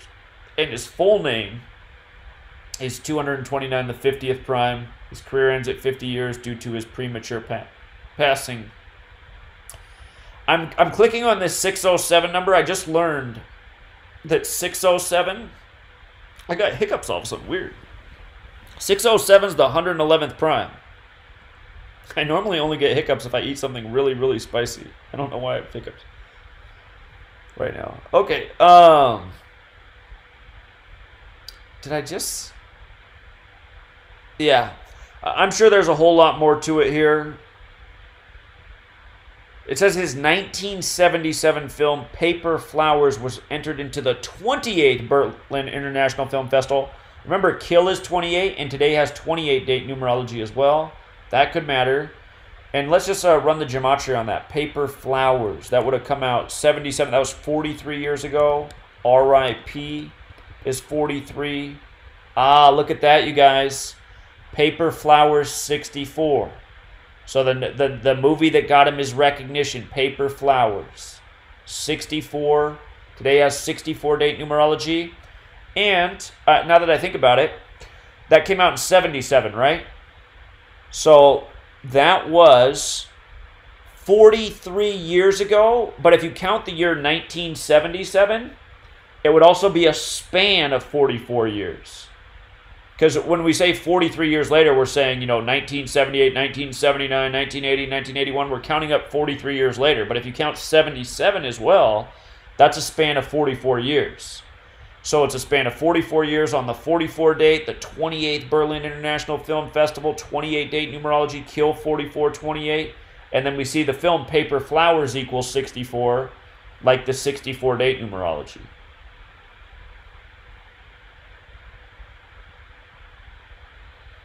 And I'm sure there's a lot more too. Again, these are just lazy decodes right here. What do we got here? Canadian politician. Death announced on this date. So announced on this date, announced on the 44 date, right? He died 17/4, the same day Barbara Bush died. That reminds me of 174, like Number of the Beast, New World Order, George Herbert Walker Bush, Mr. New World Order. His wife Barbara died on April 17th in 2018. But we don't have his birthday, so hard to do much of a decode there. We could check his name gematria real quick. Another guy with an 81. That 81 is popping. All right, I'm going to skip over that one because we don't have a lot of information. A 79-year-old, remember, murder's 79. He was coming up on his 80th birthday. Irish businessman, best known for the creation of the offshore radio station Radio Caroline, and is manager of George Lazenby, who played James Bond in only one film. All right, so again, you would just run the birthday, May 21st, run it both ways, May 21st, 2019 to today. Died 335 days after his birthday, 47 weeks and 6 days. The span would be 336, a span of 48 weeks. And to his upcoming birthday, does that mean he died 30 days shy of his birthday? 31 days? 31 days shy. Okay, those numbers, they might be relevant to his career. Sometimes you don't know until you start to do the research. Ronan O'Reilly. That's an interesting way to spell O'Reilly, if that's how you pronounce it. O'Reilly? Alright, let's check the surname. His surname does have the 44 Gematria. That interesting name. It's also got the 46 like sacrifice. Again, he's dead on the 44 date. His first name, Ronan's got the 28, like the 28 date numerology. Also 62 and 73 like sacrifice. So there are some interesting things to his name. And then it said he's known for Radio Caroline. Look at that. I see it right there on the pop-up. Look at what year it was founded, you guys. 1964. And now dead on the 64 date numerology. So that's absolutely important. And then let's see. Radio Caroline. It's got the 83 like murder. Just see the name Caroline alone. It's got some interesting values there, but yeah, I think the fateful Gematria in it, and the year 64. They didn't say this guy died from coronavirus, did they? Because I'm just thinking that was looks like they haven't. Let me see what his cause of death is if it's out there. Because I'm just thinking that that's 56 years ago. The big coronavirus number. And then the radio station was also 70 like coronavirus.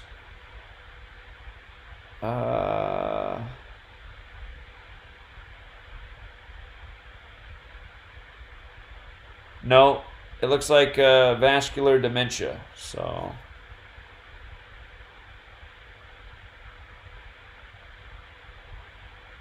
But yeah, I think that 64 establishment date and now dying on the 64 date numerology at this age, I don't think that's any accident. Okay, let's see. Farid Ismath Amir, Malaysian news anchor.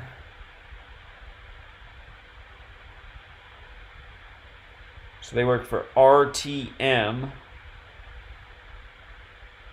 in Bezdunia. Here, let's run the name and the birthday since we have that information real quick. God, this person's got the 8397 too. You see what I mean? Just like, it's like, I swear this is how they pick people. It's like they have the fateful gematria, so it makes them an open target for the ritual. 83 like murder, 97 like death.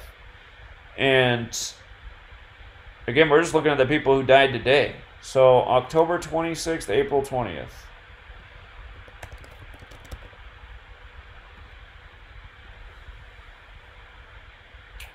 $177 days after the birthday. In light of them working in media, here's what I think of with that. Propaganda. That's what media does. Propaganda is 177. New World Order is 177. So that just jumps out to me right away. Like, okay, there's a number that I associate with that. Propaganda and New World Order. This is a media person. I just saw breaking news that they just found that the... I should have just clicked the... it was a heavy.com article. I just got the notification in the top right corner that yesterday's gunman killed 19 people before himself. So now there's 20 dead. 20 dead in 2020, including 19 people he killed. Before it was 19 dead, including him. Now it's 20 total dead with 19 victims. Breaking news.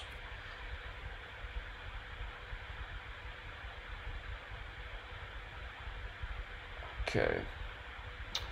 So, 177 days after the birthday. That means the upcoming birthday is 189 days. 27 weeks. Freemasonics 189. Rituals 27. So we saw this person had the fateful name Gematria.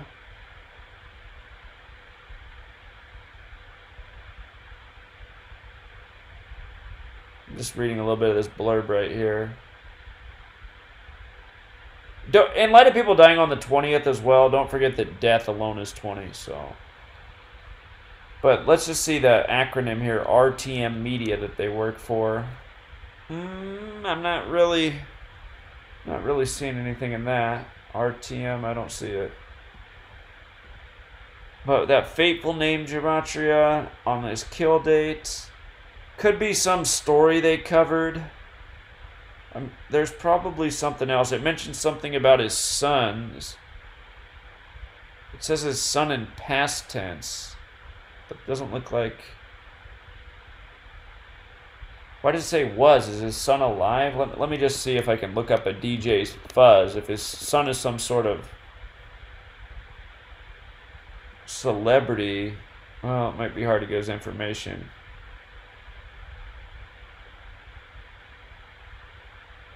Yeah, this is probably it. Organic side of things is weird too. Like it says there's 803 comments. It looks like this is about his dad. Yeah, it is. So...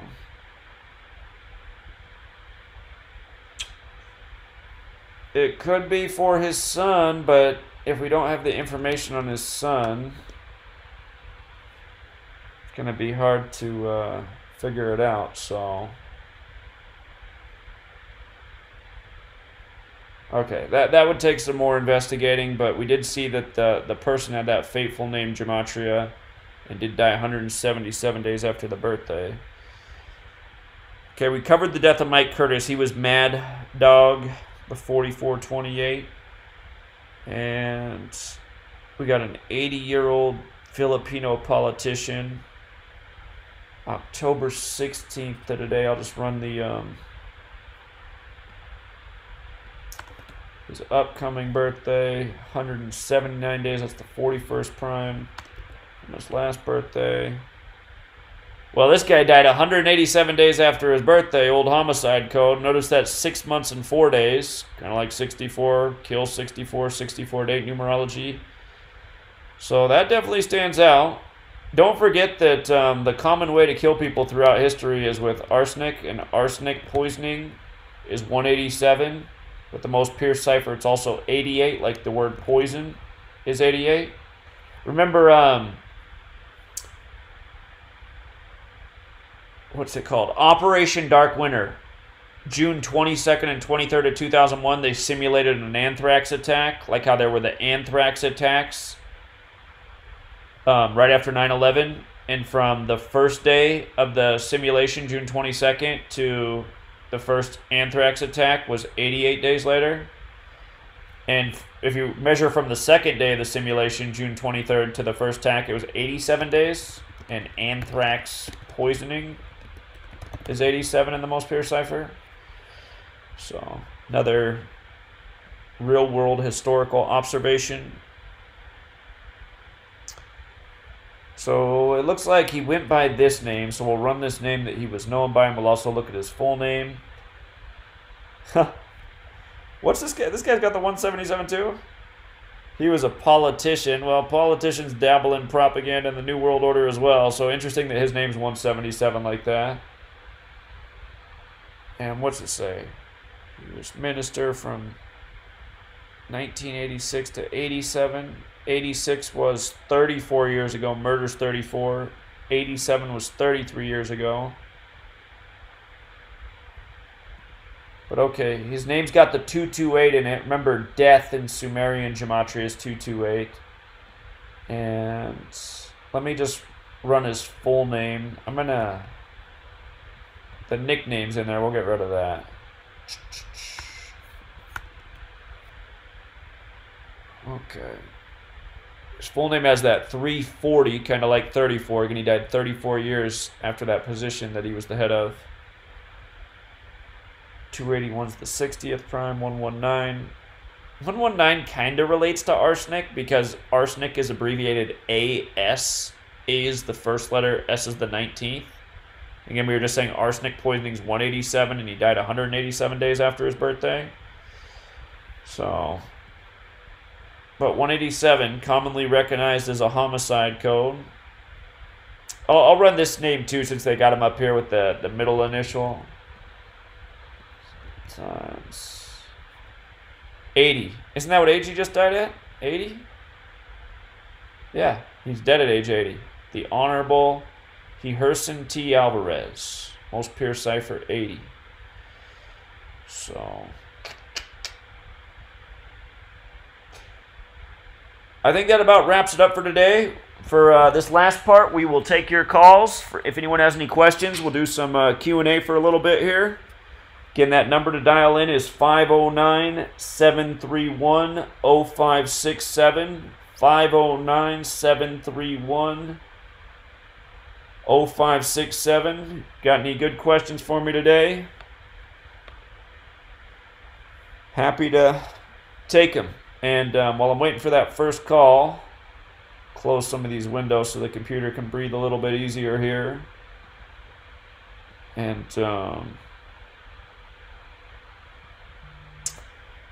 we got a call. Caller? Hey, what's up, Zach? How you feeling, man? It's Marco from Maryland. Doing well, man. How are you? Good, man. You sound good today, man. You sound like you're in a good mood, man. That's what's up. Well, I'm glad I sound that way because I got to tell you, man, I'm pretty tired. But other than that, everything is good. That's good, bro. For real, man. Hope you're staying up through all of this. Hope sweet lady's doing good as well. You went in tonight, man. Good grief. I'm sitting here taking notes off the stuff that you signed. If I could just bring you a couple of randoms real fast. From what I just looked up, April is sick. I don't know if I'm saying it right. S-I-K-H. April is their Heritage Month in Canada. It's Sikh Heritage Month in Canada? Yeah. Huh, that's interesting. That's so, a good find. You know. Another thing would be I just know something about Sikh. Sikh equals 20 in the most pure cipher, and we were talking about how he died on the 20th. So that's deep. And then death of course equals 20 as well, so right. Exactly, man. Also, yeah, did you realize that it's also Mickey Mouse's birthday as well to go along with Minnie Mouse? They were introduced at the same time. Yeah, and he was introduced as Steamboat Willie. Yeah. Exactly, and that has all types of Freemasonry all in Steamboat Willie. Did you realize that Mickey Mouse was a rabbit at first, though? I never knew that. Yeah, they said he was a rabbit, and his name was Oswald. Oswald equals 74, and rabbit equals 47. Huh, good one. Thought that was interesting. Yeah, good one.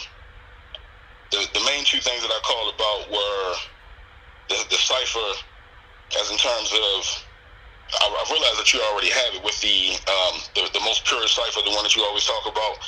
Of course, from 1 to 9, A through I would be 1 through 9, and then it starts over again at J, and then R would be 9. Right.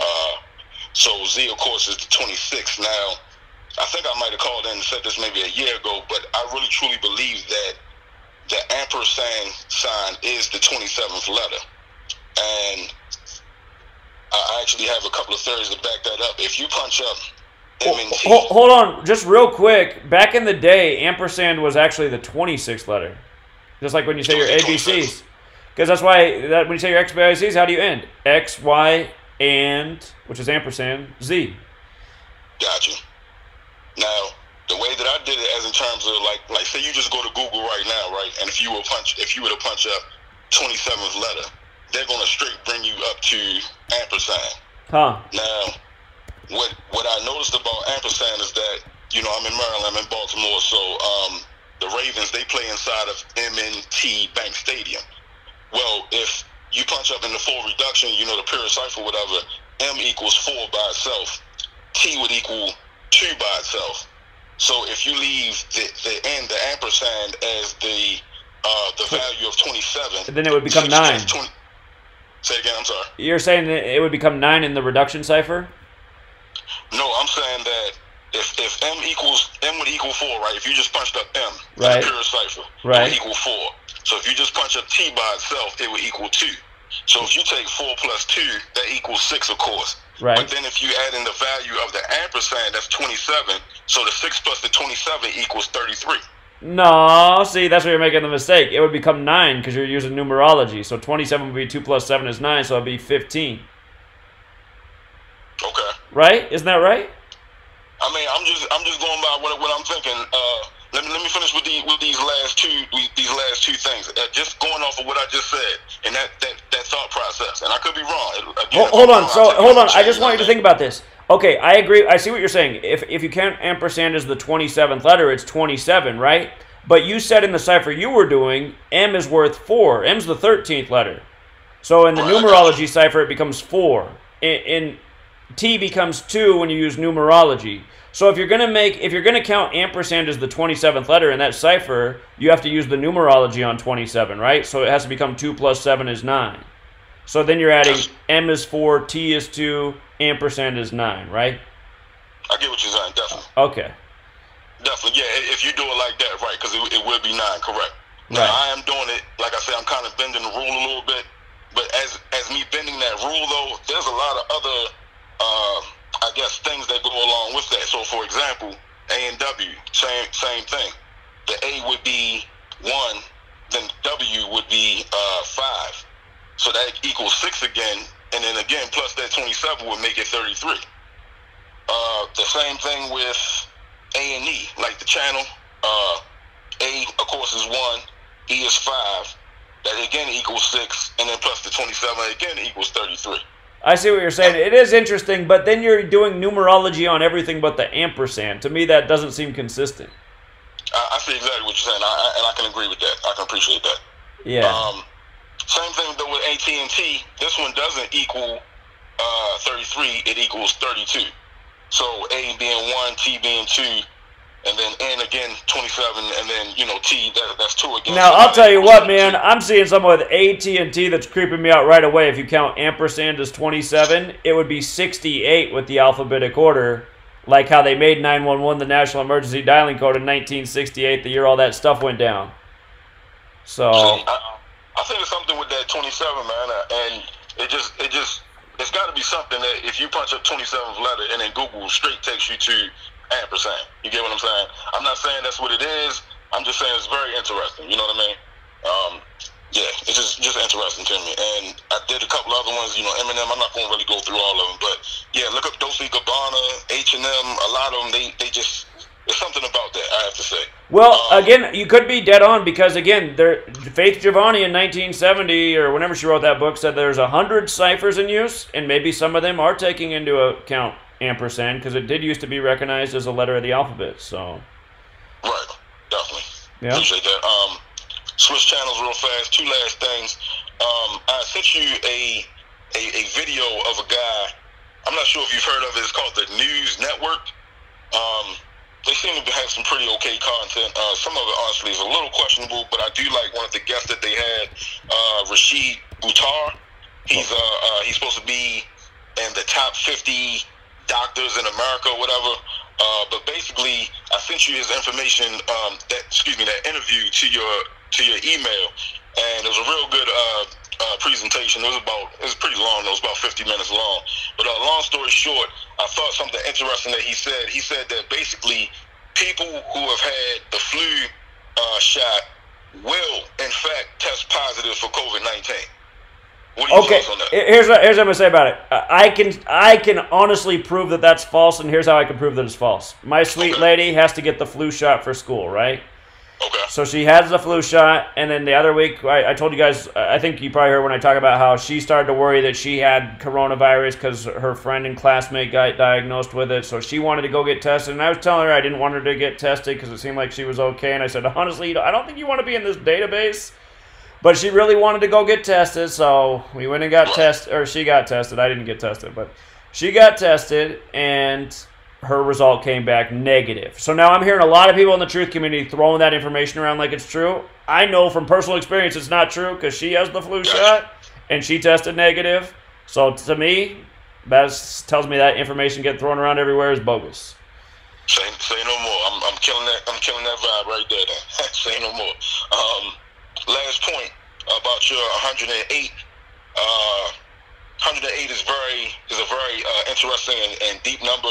Mm-hmm. For one, in the Indian, or I'd rather say Buddhist and the Hindu religions, 108 refers to spiritual completion. 108 is also how they talk about the 108 earthly desires of the world. They talk about letting those desires go through meditation. There's also 108 pressure points in the body, or what they call marma points, where the consciousness is supposed to be meeting the flesh. There's a guy, Dr. Pillay online. He's an Indian guy. He basically talks about impressing upon the subconscious mind. So basically, if you say an affirmation 108 times, it will start to impress upon the subconscious mind. Mm-hmm. There's also 108 mala or japa beads on those necklaces that they wear in the Hindu tradition. Right. So there's a lot with 108 there. But again, I think they more use that 108 in baseball because of the earthly desires, and it's something to that point or whatever. So, I agree. Yeah, it's also, at the end of the day, all this stuff is spiritual. So, yep, there's a big list with 108, indeed. But yeah, man, I appreciate you. Let me speak my piece, and just if I can leave you anything, just keep that in mind for me, if you don't mind. Just maybe possibly thinking, what if the ampersand does equal 27?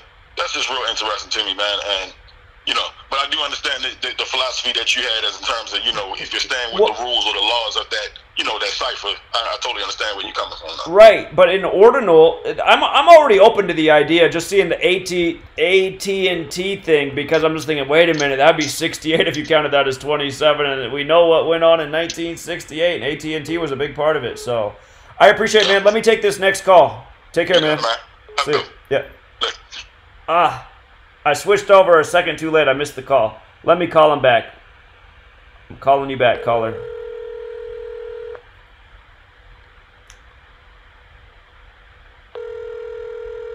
Hello? Hey, I missed your call by a second. What's up, man? Well, actually, I accidentally hit the number, but that's all right. I was watching that Demolition Man movie. I was thinking about something, and in that movie, Sandra Bullock is talking about how there was a big earthquake in 2010, which we didn't have a big earthquake in 2010, I don't believe. And 2011, a year later, 2011, you could look at the Fukushima one, maybe. Yep. But she referred to it as the earthquake. And so I looked up the earthquake, and of course it has a reverse satanic of 666.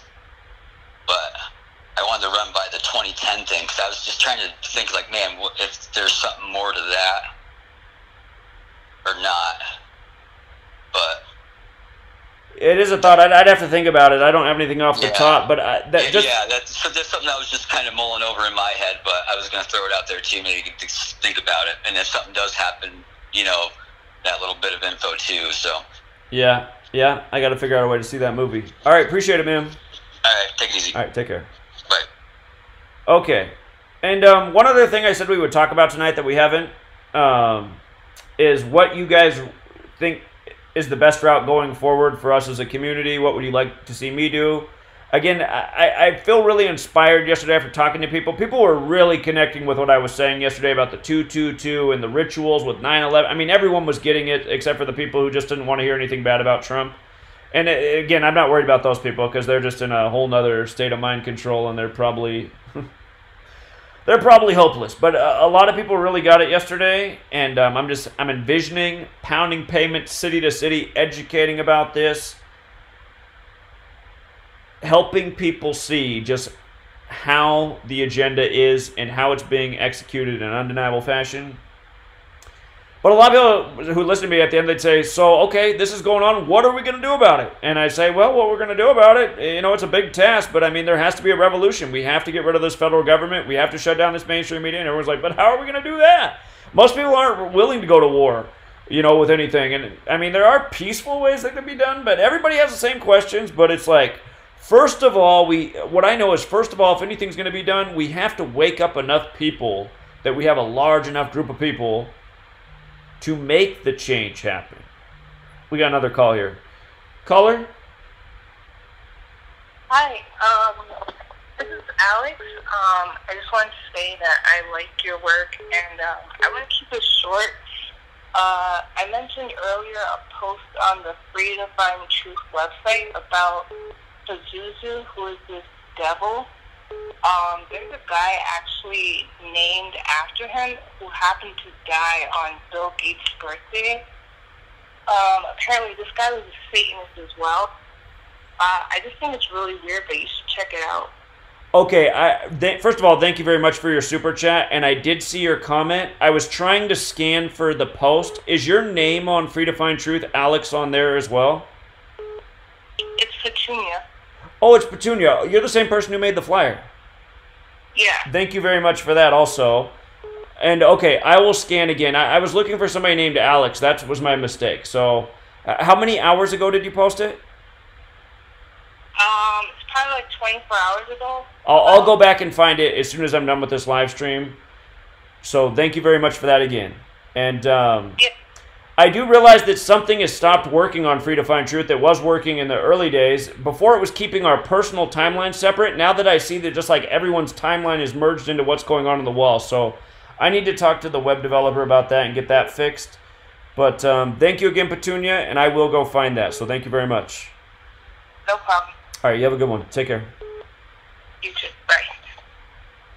Caller? Hello? Hey, what's up, Zach? Hey, what's up, man? Hey, I just want to hit you with a couple quick points. You know the last dance that Michael Jordan documented was yesterday. Right. Yesterday was April 19th. That was the first day of Taurus, right? Right. And he played for the Chicago Bulls. Good point. Taurus and Bulls. Good. That's a good one. Go ahead, Zach. No, I'm saying that's a really good connection. Yeah, Taurus is the bull. So, yeah, how much does that makes so much sense. And remember how they said that it was supposed to come out in June, but then they bumped it up, and now you just see even more of the ritual. And another thing, Chicago Bulls and the last dance in English ordinal is 112, reverse ordinal is 212, and reverse full reduction is 68. Right, Chicago Bulls and basketball connections. Yeah. Yeah. And the other story, a couple more things. Did you see the story about the 73% of some jail in Ohio?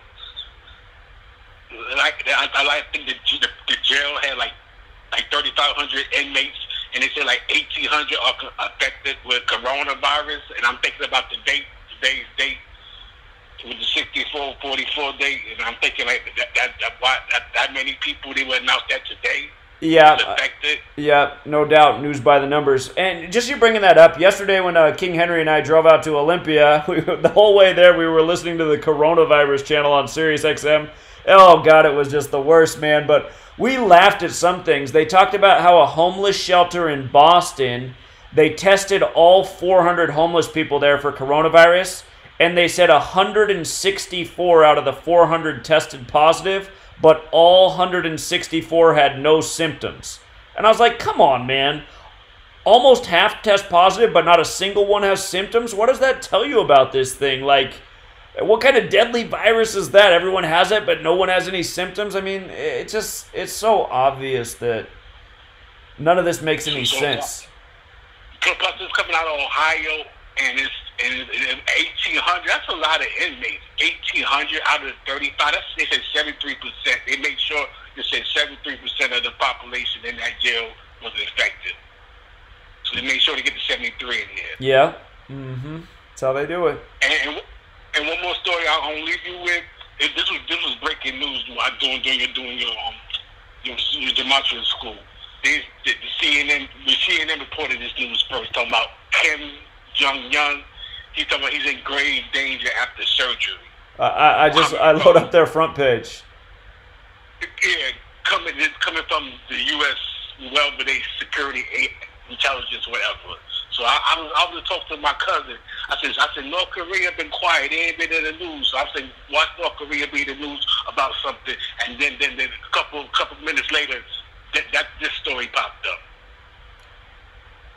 So I know this is about you. And one more thing I thought about him. Didn't you say they changed his birthday a couple of times? Well, remember, they did. They kept him 33 years old 2 years in a row, and I had the news footage because CNN 2 years in a row talked about it being his 33rd birthday, and I was like, look at this. He's turning 33 2 years in a row, according to CNN and Wikipedia, and all that changed his birthday. Because at first he was born in 1983, and then they changed his birthday to 1984. And the reason I think they did that is... Well, the reason I think they changed his birthday to 1984 is because George Orwell wrote the book 1984, and George Orwell died on the day that the Korean War began, if I remember correctly. So I gotta go back and research that, but it's some riddle like that. So let me see. So that's interesting. The word Asian is 44, so he's this infamous Asian leader on this 44 date. Let me see. Right now, he's 36 years old right now. Yeah, because they say he's born in 84. Had they not changed his birthday, he would have been 37. Let me see. Yes. Let's see. January 8th. I just want to see how many days it is. Well, I think that means today would be 103 days later, because if I'm not mistaken, today's the 111th day of the year. So it'd be 103 days after his birthday, the 27th prime, Rituals 27, Scottish 103. Let's see. Let me run his name real quick. Kim Jong-un. I forget what his name Gematria is. Yeah, I know the last name by itself is 8127, 8127, just the last name by itself. Okay, Kim Jong-un's 114 and 42, like World War. Yeah, 8127, 8127. I'm going to have to think about it more, but yeah, on this date with the fateful numbers, that would be something if he was reported dead. So. You think they'll take Kim out? Well, he's just a puppet. They just throw in some other puppet. I know. I'm just saying, because they like to distract us with all these worldly news, because Russia and China is all our enemies, and while they all working together. It's New World Order. Let's see. Checking that Gematria surgery. Surgery's got the old 113 on it. Yeah, I'm gonna have to look at that story. Yeah, it's the breaking news, huh? All right, Zach. I'll leave you with that. All right, man. I appreciate it. One second. When you gonna post the video from the footage you took from the Well, tomorrow. I didn't end up getting the time I thought because now to buy something at Best Buy, you have to get in a line with cars, and it's a big ass line. Mm-hmm. So, anyway, I drove by there real quick today, but I was like, I don't think I have time for that line, so I'll do it tomorrow. I need to buy a cord that goes from the camera to my computer to get the video off there, so... Okay. I'm looking forward to seeing that video. Yeah, no, I do have the video, it's just I got to get it off the camera thing. I didn't realize I didn't have the cord to take the video off it, so I need to go buy that. Okay, Jack, I'll let you go let some more calls get in. All right, man, take care. All right, okay. Caller? Hey, what's up, Zach? Hey, what's up? Hey, so the other day, Milwaukee, I protested by myself, and I posted a couple videos of it on there, and I was screaming. I was pretty much marching down the street by myself, man, trying to let people know they're watching, listening to me. And I got about 5 to 6 people to subscribe to you. 4 of them were Q people. And I don't like Q or anything, but like as long as we can get them away from Q, you know. And it's funny. I'm talking about Event 201. I made a bunch of signs about Event 201, Clade X and stuff. And a lot of people would come up and ask me like, "What is this? What's Event 201?" I explained it to them. I didn't go too much into Gematria with them because I don't think I'm at your level. I'm still learning it, and I don't want to like throw them off. You know what I mean? Get them turned off. So I didn't want to go too much into it, but I always suggest go to GematriaEffectNews on YouTube. His name's Zachary Hubbard. He's really cool. He's extremely intelligent. He's got a couple of books out there. He's doing all this for free, and doing a lot of work. And you know, I was marching for about 5 hours. I was like all day, all over Milwaukee.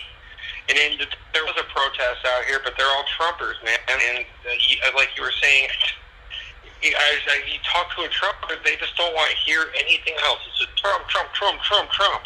It's like literally a lot of the Trump people. It's like to them, Trump is Jesus Christ or something like that. That's really how it is for them. So. And I want to get I just want to know, because it seems like you have a talent to help some of the Trumper people get rid of them. What do you do? How do you do it? What do you say? Like, how do you say it? Because there's so many of them around here. That's why I don't understand how Joe Biden won Wisconsin. Like, everyone I meet is a Trumper. So it's just like, but, you know, I just want to know, because I'm going to keep doing this, man. I'm unemployed right now. I got nothing else to do. I might as well freaking do something. So I'm trying to do the best I can. Your call is breaking up a little bit. You asked me a key word about something that I do, and I missed what the word was. Were you saying, how do I reach the Trump people? Yeah. How do you reach those guys? How do you talk to them? Well, okay. So let me be honest. So yesterday, some of the Trump people, they just wouldn't hear anything. So I couldn't reach some of the Trump people. They just didn't want to hear anything that went against Trump. Because they're just so programmed. All of them were the same way. Well, you must like Nancy Pelosi. It's like, no, it's not that at all. I can sit here and tell you the same things about Nancy Pelosi. So some people you're just not going to reach, because that's just where they are mentally, and there's nothing you can do about that. They'd have to sit down and listen to you a few times maybe, or give you, but they don't even want to hear. They've already made up their mind. So people have already made up their mind. You're not going to do anything for them. But the majority of people did listen, and I'm sure a lot of them went home and researched. And again, yesterday, I stuck with one example really yesterday as I went from Trump person to Trump person to Trump person. And again, that was setting up the 222 example. Did you hear me talk about this earlier? Yeah, you know what's funny? I just jumped on, but like Wisconsin just jumped onto the 222 bandwagon because 222 deaths just happened here. See, the numbers everywhere, man. So exactly, you can hang on to that right now in current days because the numbers everywhere, right? So I didn't start with Gematria. I started with, okay, I'm going to explain something to you about the significance of Donald Trump speaking at the World Economic Forum on January 21st, 2020 in Switzerland, the exact same day that the first case of coronavirus was found in the U.S. or confirmed in the U.S. in Seattle, Washington. And I said this matters because on October 18th, 2019, the World Economic Forum, the same people Trump was speaking to, were the main sponsors of Event 201, a coronavirus outbreak simulation, where one of the other main sponsors was the Bill and Melinda Gates Foundation that's headquartered in Seattle. So what are the odds that Trump is speaking to this organization the day the first case is confirmed in the U.S. in Bill and Melinda Gates' backyard? Right away, people are like, okay, that's interesting. I get that. And then I'd say, okay, now there's this number that I just want you to remember, this simple number, 222, all twos, 222. And here's why it matters. from Trump's birthday, June 14th, which happens to be the U.S. flag's birthday. Because all these Trump people yesterday are carrying around their U.S. flags. I don't think they realize this. But I said from Trump's birthday to the day that he spoke was his 222nd day of his age. 222. And when he was talking to the World Economic Forum, he was talking about world trade. And when I hear the words world trade, it always reminds me of the World Trade Centers. Now, from the World Trade Center's demise, September 11, 2001, to the date that this coronavirus was declared a pandemic, March 11, 2020, it was exactly 222 months. So why does this 222 matter? And then on my sweatshirt, I had the GematriaEffectNews. So I'd say this word right here, Gematria. It's the simple practice of coding numbers into words. A is 1, B is 2, C is 3, D is 4, E is 5, so on. When you write out World Economic Forum, it equals 222. When you write out event 201 as words, it equals 222. When you write out New York, New York, it equals 222. And I'd make the point right there. I'd say 9/11, New York. Now New York, supposedly the city that has the most deaths in the world. And then I would say Wuhan coronavirus equals 222. And if you write out order out of chaos, it equals 222. And that is the agenda. And I said where this knowledge comes from, letters and numbers. It comes from Kabbalah, which Freemasonry is based in. A lot of people, when I talked to them about that, you know, I didn't want to get too descriptive, like I said. But no, it's fine. People get it, because a lot of people will be like, oh, I heard of that before, Kabbalah. Oh, that's interesting. Okay, I heard of Freemasonry before. Yeah, that's what I would go at when these people would come up to me like, yeah, Kabbalah, you know, the practice is what they do. This is their language. Like, that's really interesting. I've always wondered about the numerology and all these other things. Like, I've always thought about that. Sure. It's really interesting. Bet 201. That's kind of weird. Like, what? Bill Gates? Because a lot of people are turned off with Bill Gates right now. I had a shirt that said Bill Gates is evil, event 201. I had a bunch of signs. I was walking around, busting my ass. People saw that. I'm shouting, like, you know, the Founding Fathers, I would be shouting out, well, the Founding Fathers, you think that they would say that at home and shit? And I know that I'm up in the air with them. But at the end of the day, it's the concept that they fought a giant empire when they were a bunch of fucking farmers, right? So, you know, that gets to people. So I'm like, well, I need to give them somehow. They're going to relate to that at least.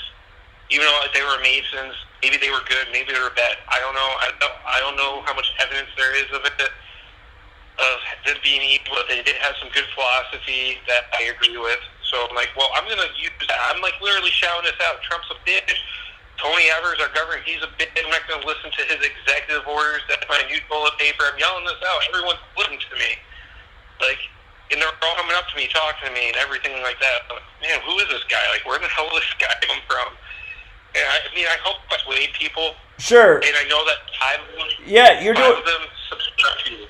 Well, I was going to say, you're doing a great job, man. But yeah, I would really work with that 222 example because a lot of people got it. It's an easy number to remember. And there's a lot of other 222s which you could mix in, but really that's enough. When people were listening, and I could tell like some people that want to... Huh? Milwaukee Bucks is 222. And yesterday, 222 people died. And something happened. Giannis was talking about something. I didn't read into it, but I saw that he was talking about something today that they had 222 deaths, and Milwaukee Bucks is 222. So. Sure. So that's I might leave out the Milwaukee Bucks part because it doesn't exactly fit in unless it was like a Milwaukee Buck that got diagnosed 222 days from his birthday. But other things you could point out, you know, George Washington, who was a Mason, his birthday's February 22nd, 222. This all came out of Washington State in the U.S. The first school to shut it down for the year was Washington Huskies, which equals 222. So, I mean, I would stick to examples that you can definitely pinpoint to how they fit in with this coronavirus thing. Just bringing up the 222 in the Milwaukee definitely connects. But the other example that I gave to some people yesterday, some people I just talked about the 222. Some people I went further just because like they were asking questions and wanted to know more. Another really strong example to show people is from the date that Trump was at the World Economic Forum to the date that he signed off on the $6.2 trillion in stimulus. That was a span of 65 days. He signed off March 25th.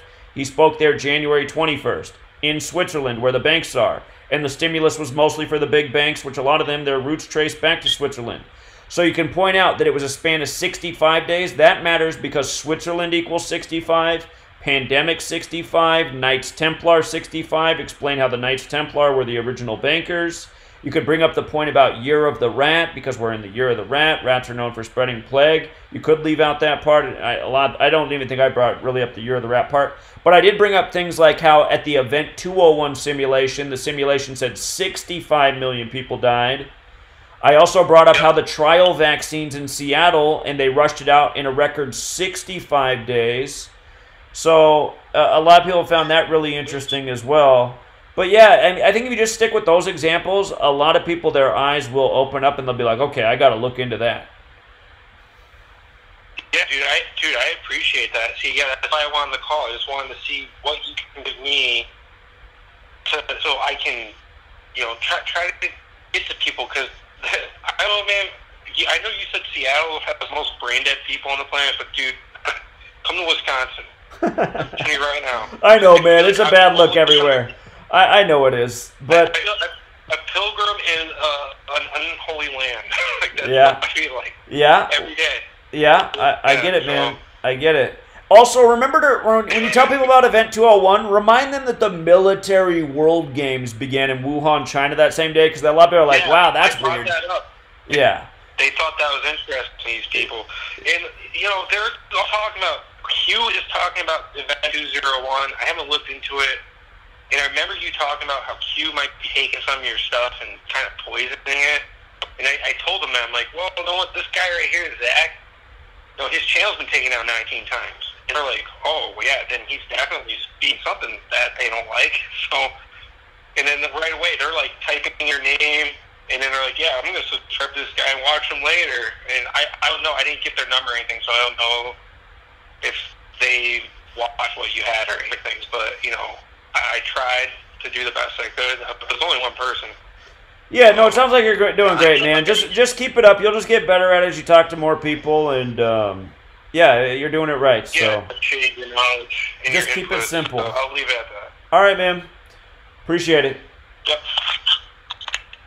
Hey, you guys want to know one more 222? Just using the simple English Gematria cipher. Remember, simple 74, English is 74. Gematria 74. What happens if you put 74 times 3? Simple English Gematria 222. Just keep it. And that's the official name of this cipher. The official name is an English ordinal. It's called Simple English Gematria. But they definitely like that one. So you know what, you guys, we're about at the 3-hour mark, and I got to rest, man. I'm exhausted. I haven't gotten enough sleep, especially after the other day where driving all over the place and not sleeping at all. So we'll wrap it up. Hope you guys appreciate the lesson. We'll be back next Monday. Again, if you got questions for something you want to see next week, if you want to see something in next Monday's lesson, leave those comments. You can leave the comment in the video, not right now. Not in the live stream chat, because those comments will disappear for good once this is over. But once this is over, you can post a comment in the video or on Patreon wall right beneath the video where it says to comment. You can leave it right there. So appreciate all of you. Thank you for being here. And I'll see you again next Monday. Well, I'll probably see most of you before then, but Gematria School next Monday. Have a good night, all. Take care.